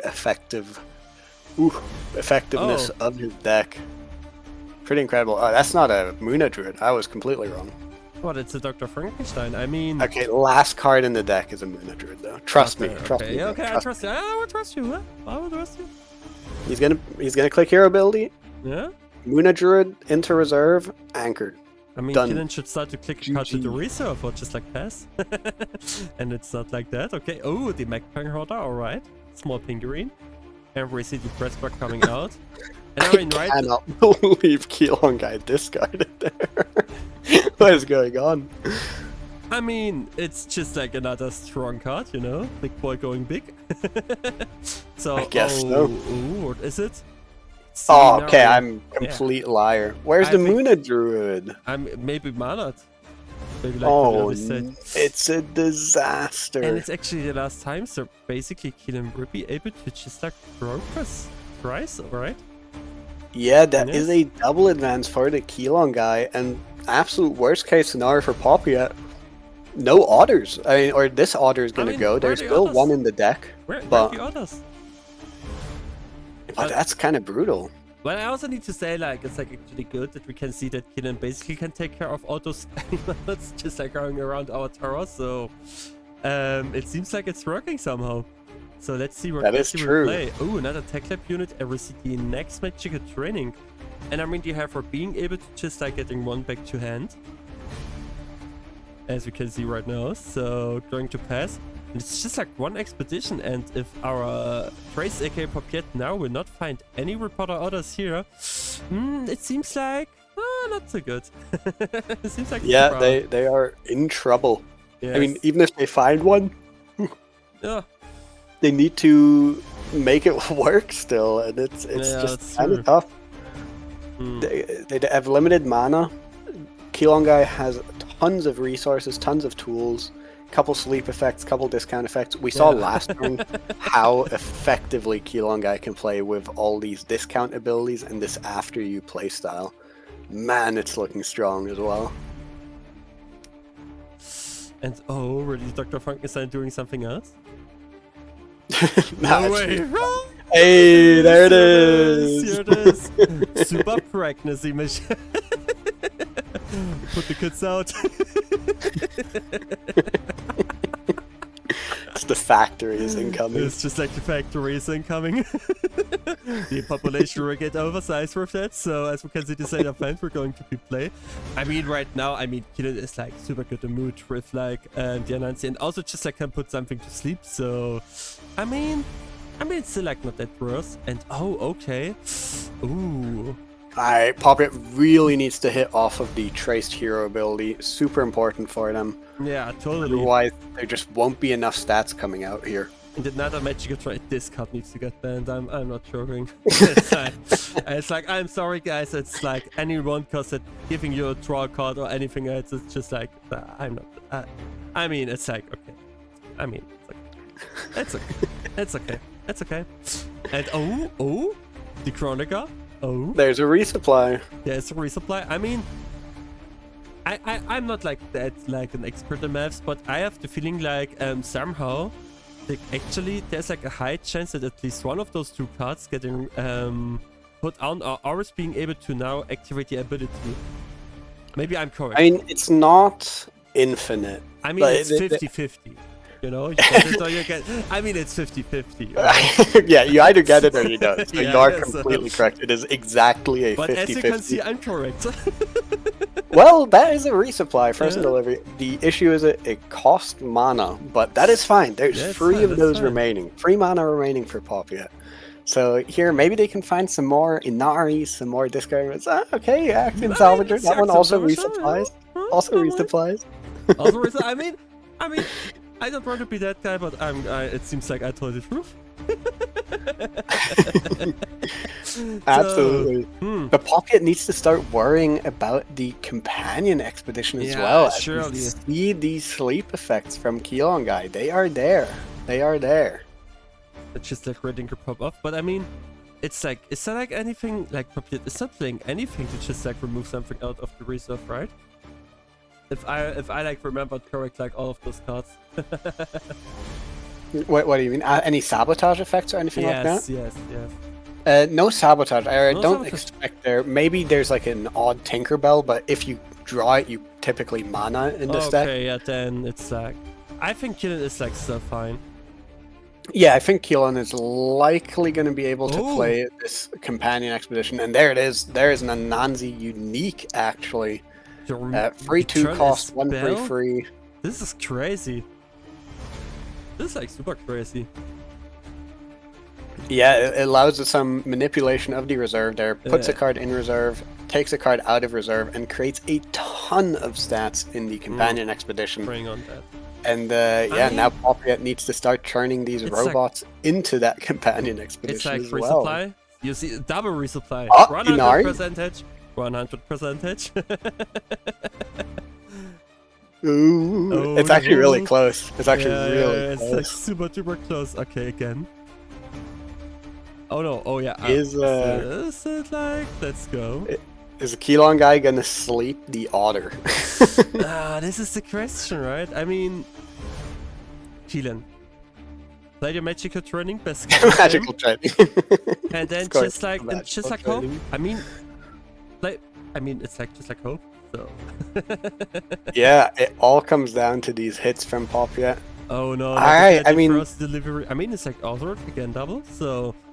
Yeah, there's still a chance. There's still a chance. There's going to be another 2/2. They need to hit here because Kelonguy still has some effect. Yeah, the first delivery needs to be the card. Otherwise, it's like cooked. Yeah. Oh no. Anansi has the right discard ability. Alright. Oh, that's good. Alright. Still in game. But I thought you were hoping Kelonguy gets there. Yes. Oh my god. Another magical training. This is a bad joke. What is going on? You know what might be the case? There might be another Anansi in Kelonguy's hand. He's gonna triple discount ability. Again. Insane game. Oh yeah, that's true. This should be like one if it's like not getting mannered. I mean, we're seeing like now again the Lyra Chronicle, right? So I don't want to be excited, but it's like, no, I don't know. That's a lot of stats. There's another one. Oh, he's getting there. I mean, Psycho. Oh my god, these otters, they're pregnant, they're going everywhere. It's a farm in here. Oh no, it's an ant. There is the ant. And actually, isn't it like that basically Killing Cat get the game with another Anansi? Or I'm super wrong. No. I'm not sure. What would the Anansi be? It would be a 666? That would be... Would it be enough? It would be enough to stop the companion side, I think. Okay. But not with ants. And same with the hero side. So I think an Anansi would mean there's another day of play. I think. And Psycho, it's actually like a good question if the Equinox have look at this board and saying like, as we intended. You know, I'm not like big into this like deep topic, but I can tell you there are like even like worse infinite like stuff that can going on. So I don't want to say that I don't do that, but I just want to say it's just like because of the effects of uniques, and I think like uniques is like something that they cannot like they can control the effects that coming to the uniques, right? But they cannot control how the effects is going to be at the end. So I think they actually have not zero clue about that. So like not any clue, but like not enough clue to say like, okay, this could be happened. Because if they would knew that before, that would be like super crazy, if I'm honest. It would be like super... Oh, the Sandman? Sandman with a sleep? Oh, it's just short. Oh, another one? Up to one target character gains fleeting? Oh. And now the FF. Obviously, wow. just to misclick. It is crazy that this game has 1-1 stat points that makes the difference here. Yeah, it's crazy. Really close considering what happened here. Oh my goodness. No, congrats to Paandyandy basically for taking it. Awesome deck to see. I hope that the World Qualifiers will show us some more of those decks, or you're playing it like in one of those qualifiers. And with that, guys, Keelan said that you didn't do it, but it's okay. I mean, you tried No, I have to say, I am so proud that that game looked remotely playable whatsoever. My Kelon's Men's Exotic Dance deck does not feature any reactive or removal spells. Oh, okay. So the best that I can do, being sleeping one of Paandyandy's otters, is not the best way to potentially contest the Ouroboros combo matchup. But hey, that looked pretty cool. I got to anchor some aloe veras and pretend that I was live for a while. That's true. The last Anansi was in mana, unfortunately, so there was nothing I could have hit off of Merry Reunion. That was the only other card in my deck, or in my hand rather, and I have no live hits at that point other than just Anansi. So yeah, that was all. Okay. Well, guess we have a barn in the tower now. It is what it is. With that, I just need to say thank you so much for watching, guys. So this will become to an end. Congrats again for Paandyandy for taking out the booster, as well for all undefeated players. It's always just like super exciting to do those streams, because yesterday I've actually got a screenshot during that the channel Paandyandy is being on the top 4 of the most watched streams, and this is like super cool. I was looking under this picture, and I was like, this is amazing. And it's just like a fact that it's like not a super single work with me, because without Kelonguy always joining like in those streams, like back early in the days, also for the KPG as well, as Freeloader or as Ruin or any other teammates that just like joined in by the stream would never be that exciting and fun as it is. So thank you so much, guys, again for being in here and to continue sticking to work for free for me. And talking about free, if you want to enjoy free awesome content and you want to think like, hey, how this or that is going to be like in Altered, then I would highly recommend it to watch like hold on. Oh yeah, hold on. I just like, oh, it's already like, so, check out Freeloader's stream YouTube channel, because there's like super cool. I actually see that one of your videos hit like 400 views. Freeloader, Yeah, you're like the BRAVOS one.